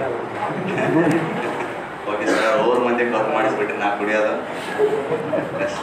ಈಗ ಅವನೇನು ಮಾಡಿದ, ದಿನ ಏನಂತ ಕೇಳಿದಾಗ ಇದ್ರ ಚಿಂತೆಗೆ ಸಮಸ್ಯೆ ಬಗೆಹರಿಸೋಕ್ಕಾಗವತ್ತ ಅಂತೇಳಿ ಟೆನ್ಷನ್ ಹೆಂಗಾರ ಕಡಿಮೆ ಮಾಡ್ಕೋಬೇಕಂತೇಳಿ, ಹೌದಾ, ಊರು ಬಿಟ್ಟು ದೂರ ಏನಂತ ಕೇಳಿದಾಗ 2 ಕಿಲೋಮೀಟರ್ ದೂರ ಹೋದ್ರೆ ಅಲ್ಲೊಂದು ಮೇನ್ ರೋಡಿಗೆ ಫುಲ್ ಬರ್ತೈತಿ ಬ್ರಿಡ್ಜ್. ಆ ಬ್ರಿಡ್ಜಿನ ಮೇಲೆ ಕುಂತ್ಗೆ ಏನು ಮಾಡ್ತಾ ಇದ್ನ, ದಿನ 2 ಬಾಟ್ಲು ಕುಡಿತಾ ಇದ್ದ. ದಿನ ಏನು ಮಾಡ್ತಾ ಇದ್ದ, 2 ಬಾಟಲನ್ನು ಕುಡಿತಾ ಇದ್ದ ಅನ್ನೋಂಥದ್ದು. 2 ಬಾಟ್ಲು ಕುಡಿತಾ ಇದ್ನ. ಇವನು ಭೇಟಿ ಆಗಕ್ಕೆ ಅಂತ ಕೇಳಿದಾಗ ಅವತ್ತಿನ ಭಾರತ ಕಾರ್ಯದರ್ಶಿ ಬಂದ. ಕರ್ಜನ್ ಎಲ್ಲಿದೆ ಅನ್ನೋ ದೋಸ್ತ, ಟೈಮ್ ಏಟಾಗ್ಯದ, ಸಾಯಂಕಾಲ 6:07 ಆಗ್ಯದ. 7 ಗಂಟೆಗೆ ಅಂದ್ರೆ ಅಲ್ಲಿ ಇರ್ತಾನೆ ನೋಡೋ ಫಿಕ್ಸ್. ಹೌದಾ, 7 ಗಂಟೆಗೆ ಅಲ್ಲಿ ಇರ್ತಾನೆ ನೋಡು ಹೋದ ಅದು ಹೋಗಿ ಯಾಕೋ ದೋಸ್ತ ಈ ನಮ್ಮನ್ನು ಕುಡಿದು ಹಿಂಗಾಗಿದೆ ಬಿಟ್ಟು ಹತ್ರ ಬಾಟ್ಲಿ ಹಾಕಿ ಏನು ಸಮಸ್ಯೆ ಫೀಲಿಂಗ್ ದೋಸ್ತ ಎದ್ರ ಫೀಲಿಂಗು ಅಂತ ಕೇಳ್ತಾರೆ. ಬಂಗಾಳದ್ದು ಏನಾಗೈತೆ ಬಂಗಾಳಕ್ಕೆ? ಇಲ್ಲ, ಬಂಗಾಳದಾಗ ದಿನದಿಂದ ದಿನಕ್ಕೆ ಸಮಸ್ಯೆ ಹೆಚ್ಚಾಗ್ತಾ ಇದೆ. ಆ ಸಮಸ್ಯೆ ನನ್ನ ಕೈ ಕಂಟ್ರೋಲ್ ಮಾಡೋಕ್ಕಾಗ್ತಾ ಇಲ್ಲ.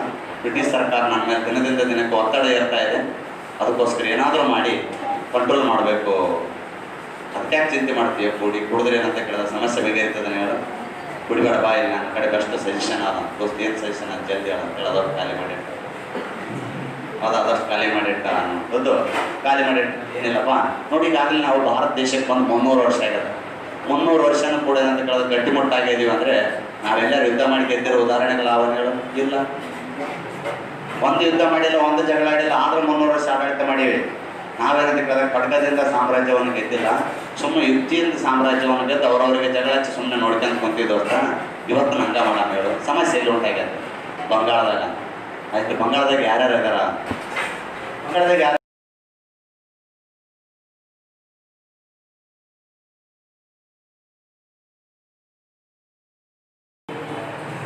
ಎಸ್, ಹಿಂದೂಗಳಾದ್ರೆ ಮುಸ್ಲಿಮರಾದ್ರೆ ಅವ್ರಿಗೆ ಕೆಲಸ ಆಯ್ತು ಅಂತ ತಿಳ್ಕೊಂಡ್ಬಿಡು. ಏನು ದೋಸ್ತ ಅರ್ಥ ಆಗಲಿಲ್ಲ? ಏನಿಲ್ಲ, ಬಂಗಾಳವನ್ನು ಒಡೆದು ಯಾರು ಮಾಡೋಣ, ಒಡೆದು ಏನು ಮಾಡಿಬಿಡೋಣ, ಯಾರು ಮಾಡಿ ಅವ್ರ ಒಗ್ಗಟ್ಟನ್ನು ಒಡೆದು ಬಿಡೋಣ. ಒಡೆದಾಳುವ ನೀತಿಯ ಮುಖಾಂತರ ಆಡಳಿತ ನಡೆಯೋಲ್ಲ, ಒಗ್ಗಟ್ಟು ಒಡೆದು ಬಿಡೋಣ. ಅಲ್ಲೋ ದೋಸ್ತ, ಹೆಂಗಂತ ಹೊಡೆಯೋರು?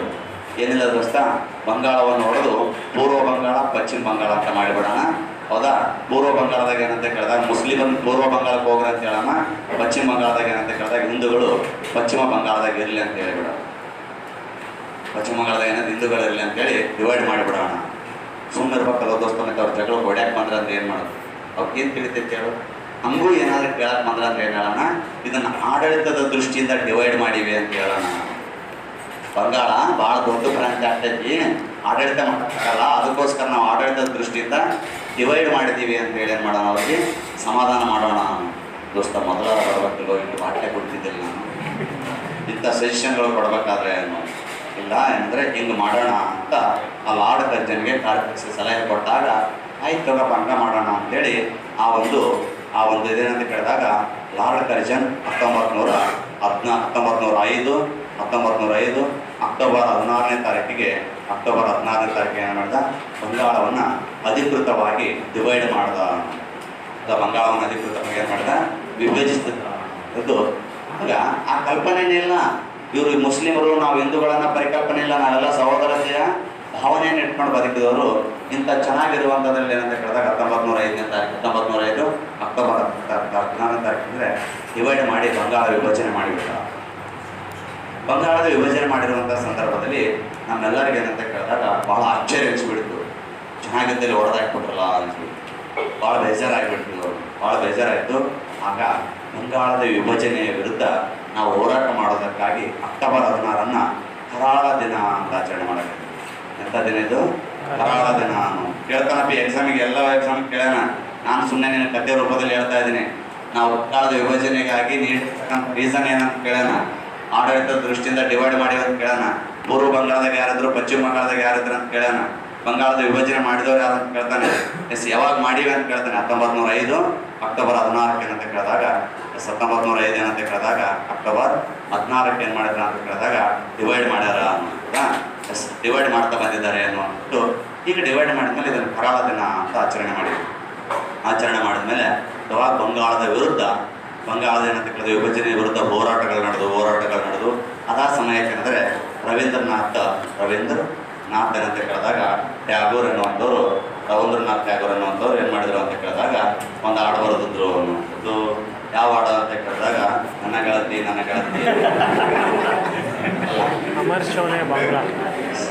ರವೀಂದ್ರನಾಥ್ ಟ್ಯಾಗೋರ್ ಏನು ಮಾಡಿದ್ರು ಅಂತ ಕೇಳಿದಾಗ ಒಂದು ಗೀತೆಯನ್ನು ಬರೆದಿದ್ರು. ಅದು ಏನಂದರೆ ಅಮರ್ ಸೋನಾರ್ ಬಾಂಗ್ಲಾ, ನನ್ನ ಪ್ರೀತಿಯ ಬಂಗಾಳ. ಅಮರ್ ಸೋನಾರ್ ಬಾಂಗ್ಲಾ ಅಥವಾ ನನ್ನ ಪ್ರೀತಿಯ ಬಂಗಾಳ ಎನ್ನುವಂತಹ ಒಂದು ಹಾಡನ್ನು ಬರೆದು ಅದನ್ನೇನಂತ ಕೇಳಿದಾಗ ಬಂಗಾಳದ ಎಲ್ಲ ರಾಜ್ಯ ಬೀದಿಗಳಲ್ಲಿ ಏನಂತ ಕೇಳಿದಾಗ ಓಡಾಡಕತ್ತಿದ್ರು ಅನ್ನೋದು. ಹಾಗೆ ಅದಂತ ಕೇಳಿದಾಗ ಬಂಗಾಳ ವಿಭಜನೆ ಗೀತೆ ಅಂತಲೇ ಅದೇ ಪ್ರಸಿದ್ಧಿಯನ್ನು ಪಡೆದಿರ್ತಾನೆ. ಬಂಗಾಳದ ವಿಭಜನೆಯ ಸಂದರ್ಭದಲ್ಲಿ ಪ್ರಸಿದ್ಧಿ ಪಡೆದ ಗೀತೆ ಯಾವುದು ಅಂತ ಕೇಳ್ತಾನೆ. ಹೇಳ್ತೇನೆ. ಅದು ಅಮರ್ ಸೋನಾರ್ ಬಾಂಗ್ಲಾ ಎನ್ನುವಂಥ ಗೀತೆ. ಹೌದಾ, ಅಮರ್ ಸೋನಾರ್ ಬಾಂಗ್ಲಾ ಎನ್ನುವಂಥ ಗೀತೆಯನ್ನು ಪ್ರಸಿದ್ಧಿ ಮಾಡಿಬಿಟ್ರು ಆಯ್ತಾ. ಅದು ಪ್ರಸಿದ್ಧಿ ಮಾಡಿದ ನಂತರ ಕೇಳಿದಾಗ ಹೋರಾಟ ನಡೀತು. ಅದೇ ಸಂದರ್ಭಕ್ಕೆ ನೂಲುಣಿಮೆ ಬಂದಿತ್ತು. ನೂಲುಣಿಮೆ ಅನ್ನುವಂಥದ್ದು, ನೂಲುಣಿಮೆಯ ವಿಶೇಷತೆ ಅಂದರೆ ರಾಖಿ ಕಟ್ತೀವಿ. ನೂಲುಣಿಮೆ ನಾವು ರಾಖಿಗೆ ನೂಲುಣಿಮೆ ಆದಂತಲೇ ಗೊತ್ತಿಲ್ಲ, ರಕ್ಷಾಬಂಧನ ಅಂತ ಗೊತ್ತಾಯ್ತು ನಮ್ಗೆ. ಅದು ನೂಲು ಹುಣ್ಣಿಮೆ ಅನ್ನೋದು. ನೂಲು ಹುಣ್ಣಿಮೆಯ ಸಂದರ್ಭದಲ್ಲಿ ಏನು ಮಾಡ್ತೀವಿ, ನಮ್ಮ ಸಹೋದರತೆಯ ಸಂಬಂಧ ಗಟ್ಟಿಯಾಗಿರಲಿ, ಅಣ್ಣತೆಗೆಯ ಸಂಬಂಧ ಗಟ್ಟಿಯಾಗಿರಲಿ ಅಂತೇಳಿ ನಾರು ಪುಂಡಿ ನಾರು ಅಂತ ಕರಿತೀವಿ, ಗೊತ್ತಲ್ಲ? ಹೌದಾ, ಆ ನಾರು ಇದೆಯಲ್ಲ ಅದು ಅರಿಯಂಗಿಲ್ಲ, ಎಷ್ಟೇ ಸ್ಟ್ರಾಂಗ್ ಮಾಡಿದ್ರೆ ಸಹಿತ ಏನು ಮಾಡಿದ್ರೆ ಅರಿಯಲ್ಲ ಅಂತೇಳಿ ಅಂತಹ ಒಂದು ಆ ನಾರು ಕಟ್ಟುವಂಥ ಕೆಲಸಕ್ಕೆ ಆ ಒಂದು ನೂಲನ್ನು ಕಟ್ತೀವಿ ಅನ್ನೋದು. ಅದಕ್ಕೆ ರಕ್ಷಾಬಂಧನ ಅಂತ ಕರಿತೀವಿ. ಅವತ್ತಿನ ದಿನ ರಕ್ಷಾಬಂಧನ ಬರೆದಿರೋದ್ರಿಂದ ರವೀಂದ್ರನಾಥ್ ಟ್ಯಾಗೋರ್ ಅವರು ಹಿಂದೂಗಳಿಂದ ಮುಸ್ಲಿಮರಿಗೆ, ಮುಸ್ಲಿಮರಿಂದ ಹಿಂದೂಗಳಿಗೆ ಆ ಒಂದು ರಾಖಿಯನ್ನು ಕಟ್ಟಿಸೋದರ ಮೂಲಕ ರಕ್ಷಾಬಂಧನ ಹಬ್ಬವನ್ನು ಆಚರಿಸಿ ಸಹೋದರತೆಯ ಸಂಬಂಧವನ್ನು ಶ್ರೀಮಂತಗೊಳಿಸಿ, ನಾವು ನೀವು ಬೇರೆ ಅಲ್ಲಪ್ಪ, ನಾವು ನೀವು ಒಂದೇ, ಹಿಂದೂ ಮುಸ್ಲಿಂ ಹಲಾಲ್ ನಹಿ ಅನ್ನುವಂಥ ಮಾತನ್ನು ಹೇಳ್ತಾ ಬಂದಿದ್ರು ಅನ್ನುವಂಥದ್ದು. ಹಾಗೆ ಹೇಳ್ತಾ ಏನಂತ ಕೇಳಿದಾಗ ಅದು ಬಂಗಾಳದ ವಿಭಜನೆ ವಿರುದ್ಧ ನಡೀತು. ಇವ್ರು ಇಂಥ ಕೆಲಸ ಮಾಡೋಕ್ಕಾಗತ್ತೆ. 1905ರಲ್ಲಿ ನಾವು ಸ್ವದೇಶಿ ಮೂಮೆಂಟನ್ನು ಮಾಡಿದ್ದೀವಿ. ಏನು ಮಾಡಿದ್ವಿ? ಸ್ವದೇಶಿ ಚಳವಳಿ ಅಂತ ಕರಿತೀವಿ. ಹೌದಾ, ಈ ಸ್ವದೇಶಿ ಚಳವಳಿಯನ್ನು ಮಾಡಿ ಬ್ರಿಟಿಷರ ಎಲ್ಲ ವಸ್ತುಗಳನ್ನು ಅವಾಯ್ಡ್ ಮಾಡಕತ್ತಿದ್ವಿ ಏನು. ಹೌದಾ, ಇಲ್ಲ ನಮ್ಮ ದೇಶದವೇನಂತ ಕೇಳಿದಾಗ ಉತ್ಪಾದನೆ ಮಾಡೋದು ಟಾಟಾ ಕಂಪನಿ ಹುಟ್ಕೊಂಡದ್ದ ಈ ಮೂಮೆಂಟ್ನಾಗ. ನಮ್ಮ ದೇಶದ ಟಾಟಾ ಕಂಪನಿ ಏನಂತಲ್ಲ ಹುಟ್ಕೊಂಡದ್ದು ಈ ಮೂಮೆಂಟ್ನಾಗ. ಕಲ್ಕತ್ತಾದಲ್ಲಿ ಕಾಲೇಜ್ ಜಾರಿಗೆ ತಂದರು. ಕಲ್ಕತ್ತಾದಲ್ಲಿ ಏನು ಮಾಡಿದ್ರು, ಶಾಲಾ ಕಾಲೇಜುಗಳನ್ನು ಜಾರಿಗೆ ತಂದರು. ಬ್ರಿಟಿಷರ್ ಸ್ಕೂಲಿಗೆ ಹೋಗಲಿಲ್ಲ, ನಾವು ನಮ್ಮದ ಸ್ಕೂಲ್ ಮಾಡ್ಕೊಂಡಿವಿ, ನಮ್ಮವ ಕಾಲೇಜ್ ಮಾಡ್ಕೊಂಡಿವಿ. ನಮ್ಮದ ಏನಂತ ಕೇಳಿದ ಬಟ್ಟೆಗಳು ಬ್ರಿಟಿಷರ್ ತಯಾರಿಸಿದ್ದು ಉಡಲಿಲ್ಲ, ನಾವು ಬಟ್ಟೆ ತಯಾರಿಸಕತ್ತಿದ್ದೀವಿ. ನಾವೇನಂತ ಕೇಳಿದಾಗ ಬಟ್ಟೆಗಳನ್ನು ಎಣೆಯಕತ್ತಿ ಬಿಟ್ಟಿವಿ. ನಮ್ಮ ಗುಡಿ ಕೈಗಾರಿಕೆಗಳಿಗೆ ಜಾಸ್ತಿ ಒತ್ತು ಕೊಡಕತ್ತಿದ್ವಿ. ಬ್ರಿಟಿಷರ್ ಒಟ್ಟೆ ಬಳಸಬಾರ್ದು, ಸ್ವದೇಶಿ ಚಳವಳಿ. ಅವ್ರು ಏನಂತ ಕೇಳಿದಾಗ ನಾವು ಏನು ಬೇಡ, ಅವ್ರು ಏನು ಬೇಡ ಅಂತ ಹೇಳಿ ಅಂದರೆ ನಮಗೆ ಮಾಡ್ಕೊಂಡಿದ್ವಿ. ಅನೇಕ ನೋಡಿ ನಮ್ಮ ಉತ್ತರ ಕರ್ನಾಟಕದಲ್ಲಿ ಶಾಲಾ ಕಾಲೇಜುಗಳ ಸ್ಥಾಪನೆ ಆಗ್ತಬೇಕಲ್ಲ, ಯಾವುದೇ ಭಾಳ ತಾರನಾಥ್ ಶಿಕ್ಷಣ ಸಂಸ್ಥೆ ಅಂತಿದೆ ಅನ್ನೋದು. ತಾರನಾಥ್ ಶಿಕ್ಷಣ ಸಂಸ್ಥೆ 1920ರ ದಶಕದಲ್ಲಿ ಸ್ಥಾಪನೆ ಆಗ್ತಿದ್ದದು. ಇದ್ರ ಹೋರಾಟದ ಫಲವಾಗಿದೆ. ಹೀಗೆ ಏನಂತ ಕೇಳಿದಾಗ ಇದು ಮಾಡಿದ್ದೀವಿ ಅನ್ನುವಂಥದ್ದು ಮಾಡಿ ಸುರೇಂದ್ರನಾಥ್ ಬ್ಯಾನರ್ಜಿ ಅವರ ನಾಯಕತ್ವದಲ್ಲಿ ಸ್ವದೇಶಿ ಚಳವಳಿ ಭಾಳ ಶ್ರೀಮಂತಗೊಳಿತು ಅನ್ನುವಂಥದ್ದು. ಶ್ರೀಮಂತಗೊಂಡ ಮೇಲೆ 1906ರಲ್ಲಿ ಬಾಯ್ಕಟ್ ಮೂಮೆಂಟ್ ಅಂತ ನಡೀತೈತಿ. ಬಾಯ್ಕಟ್ ಅಥವಾ ಬಹಿಷ್ಕಾರ ಚಳವಳಿ ಅನ್ನೋದು. ಬಹಿಷ್ಕಾರ ಏನಂತ ಕೇಳಿದಾಗ ಚಳವಳಿ ಅಂತ ಹೇಳಿ ನಡೀತೈತಿ ಅನ್ನೋದ. ಬಹಿಷ್ಕಾರ ಚಳವಳಿ ಅಂದರೆ ಬ್ರಿಟಿಷರ ವಸ್ತುಗಳನ್ನು ಬಹಿಷ್ಕಾರ ಮಾಡೋದು, ರಿಜೆಕ್ಟ್ ಮಾಡೋದು. ನೀವು ಬೇಕಾಗಿಲ್ಲ, ನಮ್ಗೆ ರಿಜೆಕ್ಟ್ ಮಾಡಿ. ನೀವು ನೌಕರಿ ಕೊಡ್ತೀರಾ, ಬೇಡ ನಮ್ಗೆ ನೌಕರಿ, ನಾವು ದುಡ್ಕೊಂಡು ತಿಂತೀವಿ. ನೀವು ಪದವಿ ಕೊಡ್ತೀರಾ, ಬೇಡ ನಮ್ಗೆ ದುಡ್ಕೊಂಡು ತಿಂತೀವಿ. ಪ್ರಶಸ್ತಿ ಕೊಡ್ತೀರಾ, ಬೇಡ ನಮ್ಗೆ ದುಡ್ಕೊಂಡು ತಿಂತೀವಿ. ಇವೆಲ್ಲವುಗಳನ್ನು ಹೇಳೋದು ಬಹಿಷ್ಕಾರ ಚಳವಳಿ ಅಂತ. ಹೌದಾ, ಹೌದು. ಇನ್ನು 20 ಬರ್ತೈತೆ ಸರ್ಕಾರ ಮುಂದೆ. ಹೌದಾ, ಇಲ್ಲಿ ಏನಂತ ಕೇಳಿದಾಗ ಬಾಯ್ಕಟ್ ಮೂಮೆಂಟ್ ಅಂತ ಕರಿತೀವಿ. ಬಹಿಷ್ಕಾರ ಚಳವಳಿ ನೋಡಿ ಬಾಯ್ಕಟ್ ಮೂಮೆಂಟ್ ಅಂತ ಕರಿತೀವಿ. ಇದು ಹೋರಾಟ ಬ್ರಿಟಿಷರ್ ವಿರುದ್ಧ ನಡೆದೈತಲ್ಲ, ಬ್ರಿಟಿಷರ್ ವಿರುದ್ಧ ನಡೆದೈತೆ ಅಂತ ಸ್ವಲ್ಪ ಬಿಸಿ ವಾತಾವರಣ ಕ್ರಿಯೇಟ್ ಮಾಡಕತ್ತೀವಿ. ಬ್ರಿಟಿಷರ್ನ ಕಂಡ್ರೆ ನಮ್ಗೇನಂದರೆ ಹೌದಾ ಚಂಡಮಂಡಲ ಆಗಬೇಕು, ಆ ಮೂಮೆಂಟನ್ನು ಕ್ರಿಯೇಟ್ ಮಾಡ್ತಾ ಇದ್ವಿ. ಇದೇ ಕಾಲಘಟ್ಟಕ್ಕೆ ಹಿಂದೂ ಮುಸ್ಲಿಂ ಎನ್ನುವಂಥ ವಿಷಯದ ಬೀಜ ಬಿತ್ತಿಬಿಟ್ರಲ್ಲ. ವಿಷಯದ ಬೀಜ ಬಿತ್ತಿರೋದ್ರಿಂದ 1906ರಲ್ಲಿ ಅಂದರೆ 1906ರಲ್ಲಿ ಇದನ್ನು ಬಾಂಗ್ಲಾದೇಶದ ಢಾಕಾ ಅಂತ ಏನು ಕರಿತೀವಲ್ಲ, ಬಾಂಗ್ಲಾದೇಶದ ಢಾಕಾದಲ್ಲಿ ಆಗಾ ಖಾನ್ ಎನ್ನುವಂಥವ್ರು ಏನು ಮಾಡಿದ್ರು, ಮುಸ್ಲಿಂ ಲೀಗನ್ನು ಸ್ಥಾಪಿಸಿದ. ಹಾಗಾದರೆ ಮುಸ್ಲಿಂ ಲೀಗನ್ನು ಯಾರು ಸ್ಥಾಪಿಸ್ತಾರ ಅಂತ ಕೇಳ್ತಾನೆ, ಆಗಾ ಖಾನ್ ಎನ್ನುವಂಥವ್ರು. ಎಲ್ಲಿ ಸ್ಥಾಪಿಸ್ತಾರ ಅಂತ ಕೇಳ್ತಾನೆ. ಹೌದಾ, ಅದನ್ನು ಸ್ಥಾಪಿಸಿರುವುದು ಎಲ್ಲಿ ಅಂತ ಕೇಳಿದ್ರೆ ಬಾಂಗ್ಲಾದೇಶದ ಢಾಕಾ ಎನ್ನುವಂಥದ್ದು. ಏನು ಮಾಡಿದ್ರು, ಮುಸ್ಲಿಂ ಲೀಗ್ ಸ್ಥಾಪನೆ ಆಯಿತು. ಹಾಗಾದರೆ ಈಗ ಒಂದು ಸ್ವಲ್ಪ ಏನಂತ ಕೇಳಿದಾಗ ಮೊಳಕೆ ಹೊಡೆಯಕತ್ತಲ್ಲ ಬೀಜ. ಹೌದಾ, ಮುಸ್ಲಿಂ ಅನ್ನೋದು ಇಲ್ಲಿ ತನಕ ನಮಗೆ ಆ ಪರಿಕಲ್ಪನೆ ಇರಲಿಲ್ಲ. ಈಗ ಯಾರು ಬಂದ್ಗೆ ನಮ್ಮ ಮನೆಗಳ ಅಣ್ಣ ಚಲೋ ಇದ್ದಲ್ಲಿ ಜಗಳ ಹಚ್ತಿರ್ತಾರೆ ನೋಡಿರಲ್ಲ, ಹಂಗೆ ಹಚ್ಚಿದ್ರು ಅವತ್ತು. ಇದೇ ಕಾಲಘಟ್ಟಕ್ಕೆ ಏನಂದರೆ ಅವ್ರದ್ದೊಂದು ಭಾಗ, ಈ ಕಡೆ ಇವ್ರದ್ದೊಂದು ಭಾಗ ನಡೆದೈತೆ. ಮಂದಗಾಮಿಗಳು ಮತ್ತು ತೀವ್ರಗಾಮಿಗಳು. 1905ರಾಗ ಏನಂತ ಕೇಳಿದಾಗ ಇರುಸುಮರ್ಸು ನಡೆದೈತಲ್ಲ, ಅವ್ರೇನಂತ ಕೇಳಿದಾಗ ಮುಂದೆ 1907 ಬಂತಪ್ಪಿ. 1900 ಏನಂತ ಕೇಳಿದಾಗ 7ರಲ್ಲಿ ಸೂರತ್ನಲ್ಲಿ ಏನಂತ ಕೇಳಿದಾಗ ಸೂರತ್ನಲ್ಲಿ ಅಧಿವೇಶನ ನಡೀತು. ಸೂರತ್ನಲ್ಲಿ ಏನು ಮಾಡಿತು, ಕಾಂಗ್ರೆಸ್ ಅಧಿವೇಶನ ನಡೀತು. ಕಾಂಗ್ರೆಸ್ ಅಧಿವೇಶನ ನಡೀತು ಅಂದ್ರೆ ಪ್ರತಿ ವರ್ಷ 1885ರಲ್ಲಿ ರಾಷ್ಟ್ರೀಯ ಕಾಂಗ್ರೆಸ್ ಸ್ಥಾಪನೆ ನಡೀತಲ್ಲ, ಇಂಡಿಯನ್ ನ್ಯಾಷನಲ್ ಕಾಂಗ್ರೆಸ್ ಸ್ಥಾಪನೆ ಆದಮೇಲೆ ಪ್ರತಿ ಒಂದು ವರ್ಷನೂ ಒಂದೊಂದು ಊರಾಗ ಅಧಿವೇಶನ ಮಾಡ್ತಾಯಿದ್ರು. 1907ರಾಗ ಸೂರತ್ನಾಗ ಏನಂತ ಕೇಳಿದಾಗ ಅಧಿವೇಶನ ನಡೆದಿತ್ತು. ಸೂರತ್ನಲ್ಲಿ ಏನು ಮಾಡಿತ್ತು, ಅಧಿವೇಶನ ನಡೀತಾ ಬಂದಿತ್ತು ಅನ್ನೋದು. ಆ ಸೂರತ್ನಲ್ಲಿ ಏನಂತ ಕೇಳಿದಾಗ ಅಧಿವೇಶನ ನಡೆಯುವಾಗ ಈಗ ಇಬ್ಬರಿಗೆ ಸ್ವಲ್ಪ ಜಗಳ ಸ್ಟಾರ್ಟ್ ಆಗೈತಿ. ಅವಾಗ ಮಂದಗಾಮಿಗಳ ನಾಯಕರು ಏನಂದ್ರು ಅಂತ ಕೇಳಿದಾಗ, ಇಲ್ಲ ಈ ಕಾಂಗ್ರೆಸ್ ಅಧಿವೇಶನಕ್ಕ ನಮ್ಮ ಕಡೆ ಅಧ್ಯಕ್ಷರಾಗಲಿ ಅಂತೇಳಿ, ನಮ್ಮ ಕಡೆ ಏನಾಗಲಿ ಅಧ್ಯಕ್ಷರಾಗಲಿ ಅಂತ. ಇನ್ನು ತೀವ್ರಗಾಮಿ ಏನು ಹೇಳಿದ್ರು ಅಂದ್ರೆ ಇಲ್ಲ, ಈ ಕಾಂಗ್ರೆಸ್ ಅಧಿವೇಶನಕ್ಕ ನಮ್ಮ ಕಡೆಯವ್ರ ಅಧ್ಯಕ್ಷರಾಗಲಿ ಅಂತೇಳಿ ತೀವ್ರಗಾಮಿದವ್ರು ಹೇಳಿದ್ರು ಅಂತ. ಹೌದಾ? ತೀವ್ರಗಾಮಿದವ್ರು ಏನು ಹೇಳಿದ್ರು ಅಂದರೆ ಇಲ್ಲ, ನಮ್ಮವ್ರು ಏನಂತ ಕೇಳಿದಾಗ ಅಧ್ಯಕ್ಷರಾಗ್ಲಪ್ಪ ಇದಕ್ಕೆ, ನಮ್ಮವ್ರು ಏನಂತ ಕೇಳಿದಾಗ ಅಧ್ಯಕ್ಷರಾಗಲಿ ಅಂತ ಹೇಳಿದರು. ಇಬ್ಬರ ನಡುವೆ ವಾದ ವಿವಾದಗಳು ಸ್ಟಾರ್ಟ್ ಆದವು. ನಾನು ಅಧ್ಯಕ್ಷ ಆಗಬೇಕು, ನೀನು ಅಧ್ಯಕ್ಷ ಆಗಬೇಕು. ಹಾಗಾದ್ರೆ ಯಾರು ಅಧ್ಯಕ್ಷರಾಗಬೇಕು ಅನ್ನೋದನ್ನು ಆಯ್ಕೆ ಮಾಡೋದಕ್ಕೆ ಸೂರತ್ ಕಾಂಗ್ರೆಸ್ ಅಧಿವೇಶನಕ್ಕೆ ಮುಂಚೆನೇ ಒಂದು ಮೀಟಿಂಗ್ ಕರೆದ್ರು. ಮುಂಚೆನೇ ಏನು ಮಾಡಿದ್ರು ಅಂತ ಕೇಳಿದಾಗ ಒಂದು ಮೀಟಿಂಗ್ ಕರಿತಾ ಬಂದರು. ಮುಂಚೆನೇ ಕರೆದ ಮೀಟಿಂಗು, ಹೌದಾ ಆಯ್ತಪ್ಪ ಇವತ್ತು ಮೀಟಿಂಗ್ ಆದ ಯಾರನ್ನ ಅಧ್ಯಕ್ಷನ ಆಯ್ಕೆ ಮಾಡೋಕ್ಕೆ ಬರ್ರಿ ಅಂತ ಹೇಳಿದ್ರು. ಅವಾಗ ಅವ್ರವ್ರ ಪೇಜಿಗೆ ಶಿಸ್ತಾಗಿಟ್ಟು ಉಪ್ಪಿಟ್ಟು ತಿಂತೇನಂತ ಕೇಳಿದಾಗ ಮೀಟಿಂಗಿಗೆ ಬಂದಿದ್ರೆ ಹೌದಾ? ಎಸ್, ಒಂದು ನಿಮಿಷ 5 minutes ಅಂತ ಕೇಳಿದಾಗ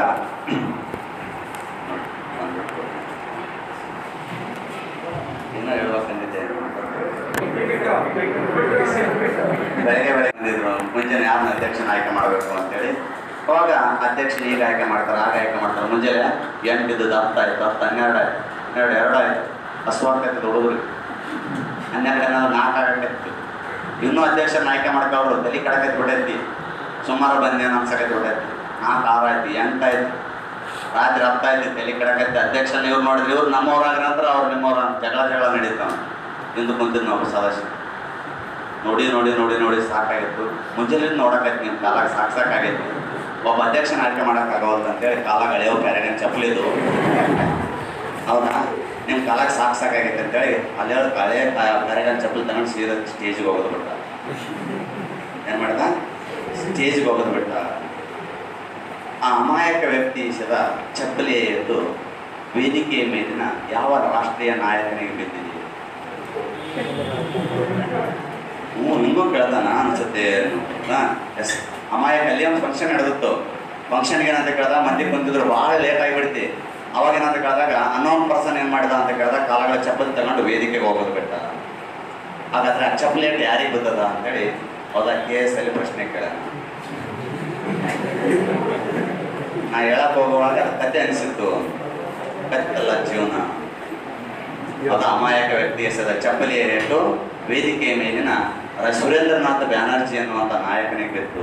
ಸುರೇಂದ್ರನಾಥ್ ಬ್ಯಾನರ್ಜಿ ಅನ್ನುವಂಥ ನಾಯಕನಿಗೆ ಬಿತ್ತು ಅನ್ನುವಂಥದ್ದು. ಬಿದ್ದ ಮೇಲೆ ಪ್ಲಾನ್ ಮಾಡಿದ್ರೆ ಅವರೆಲ್ಲ ಬೇಕಂದ್ರೆ ಪ್ಲಾನ್ ಮಾಡಿ ಹೊಡಿಸ್ಯಾರದನ್ನು. ಇದ್ರಾಗ ವಿರೋಧ ಪಕ್ಷದವ್ರು ಕೈವಾಡ ಅವ ನಿಂತರು. ಹಾಗಾಗಿ ಏನಂತ ಕೇಳಿದಾಗ ಇಲ್ಲಿ ಮಂದಗಾಮಿಗಳು ಮತ್ತು ತೀವ್ರಗಾಮಿಗಳು ಡಿವೈಡ್ ಆಗಿಬಿಟ್ರು. ಅದನ್ನು ಸೂರತ್ ಒಡಕು ಅಂತ ಕರೆದಿದ್ವಿ. ಏನೇನು ಕರೆದೀವಪ್ಪ? ಸೂರತ್ ಒಡಕು ಅಂತ ಕರೆದಿದ್ವಿ. ಈಗ ಒಡಕಂದ್ರೆ ಡಿವೈಡ್ ಆದ್ಮೇಲೆ ಜಗಳ ಜಾಸ್ತಿ ಆಗುತ್ತೆ, ಕಡಿಮೆ ಆಗುತ್ತೆ? ಜಾಸ್ತಿ ಆಗುತ್ತಲ್ಲ. ಎಸ್, ಈಗ ಈ ಜಗಳ ಪರಿಹರಿಸುವುದಕ್ಕಾಗಿ ನಮ್ಗೆ 1919 ಭಾರತ ಸರ್ಕಾರ ಕಾಯ್ದೆಯನ್ನು ಜಾರಿಗೆ ತರಬೇಕಾಗುತ್ತೆ. 1919 ಭಾರತ ಸರ್ಕಾರ ಕಾಯ್ದೆಯನ್ನು ಜಾರಿಗೆ ತಂದರು. ಈಗ ವಾತಾವರಣ ಎಲ್ಲ ಸ್ಟ್ರಾಂಗ್ ಆಗೈತಲ್ಲ. ಅವ್ರ ಪಾಡಿಗೆ ಅವ್ರು ಹೋರಾಟ ಮಾಡಕತ್ತಾರ, ಇವ್ರ ಪಾಡಿಗೆ ಇವ್ರು ಹೋರಾಟ ಮಾಡಕತ್ತಾರ. ಇವು ಹೋರಾಟ ಮಾಡಿರೋದಕ್ಕೆ ನಾವು ಸಮಾಧಾನ ಮಾಡಬೇಕು, ಇಲ್ಲಾಂದ್ರೆ ನಮ್ಮ ದೇಶ ಬಿಟ್ಟು ಓಡಿಸ್ತಾರೆ ಅನ್ನೋ ಕಾರಣಕ್ಕೋಸ್ಕರ ಈಗ ಮುಸ್ಲಿಮರು ಬೇರೆ ಆಗ್ಯಾರ, ನಾವು ಬೇರೆ ಆಗೀವಿ. ಅಂದ್ರೆ ಏನಂದ್ರೆ ಮಂದಗಾಮಿಗಳು ಬೇರೆ ಆಗ್ಯಾರ, ತೀವ್ರಗಾಮಿಗಳು ಬೇರೆ ಆಗ್ಯಾರ.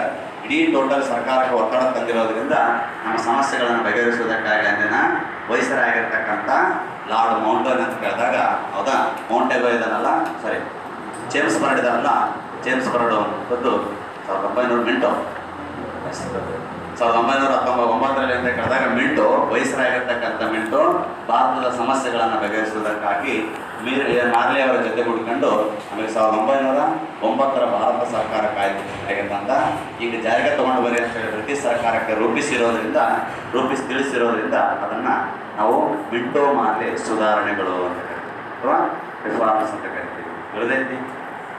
ಈ ರೀತಿಯಾಗಿ ಏನಂತ ಕೇಳಿದಾಗ ಈ ರೀತಿಯಾಗಿ ನಮಗೆ ಆ್ಯಕ್ಟಸ್ ಏನಾಗಿದೆ, ರಚನೆ ಆಗಿದೆ ಅನ್ನೋ. ಬಟ್ ಇನ್ನು ಯಾಕೆ ಏನು ಹೇಳ್ತದೆ ಅಂತ ಗೊತ್ತಿಲ್ಲ ನಾನು. ಬಟ್ ಯಾಕೆ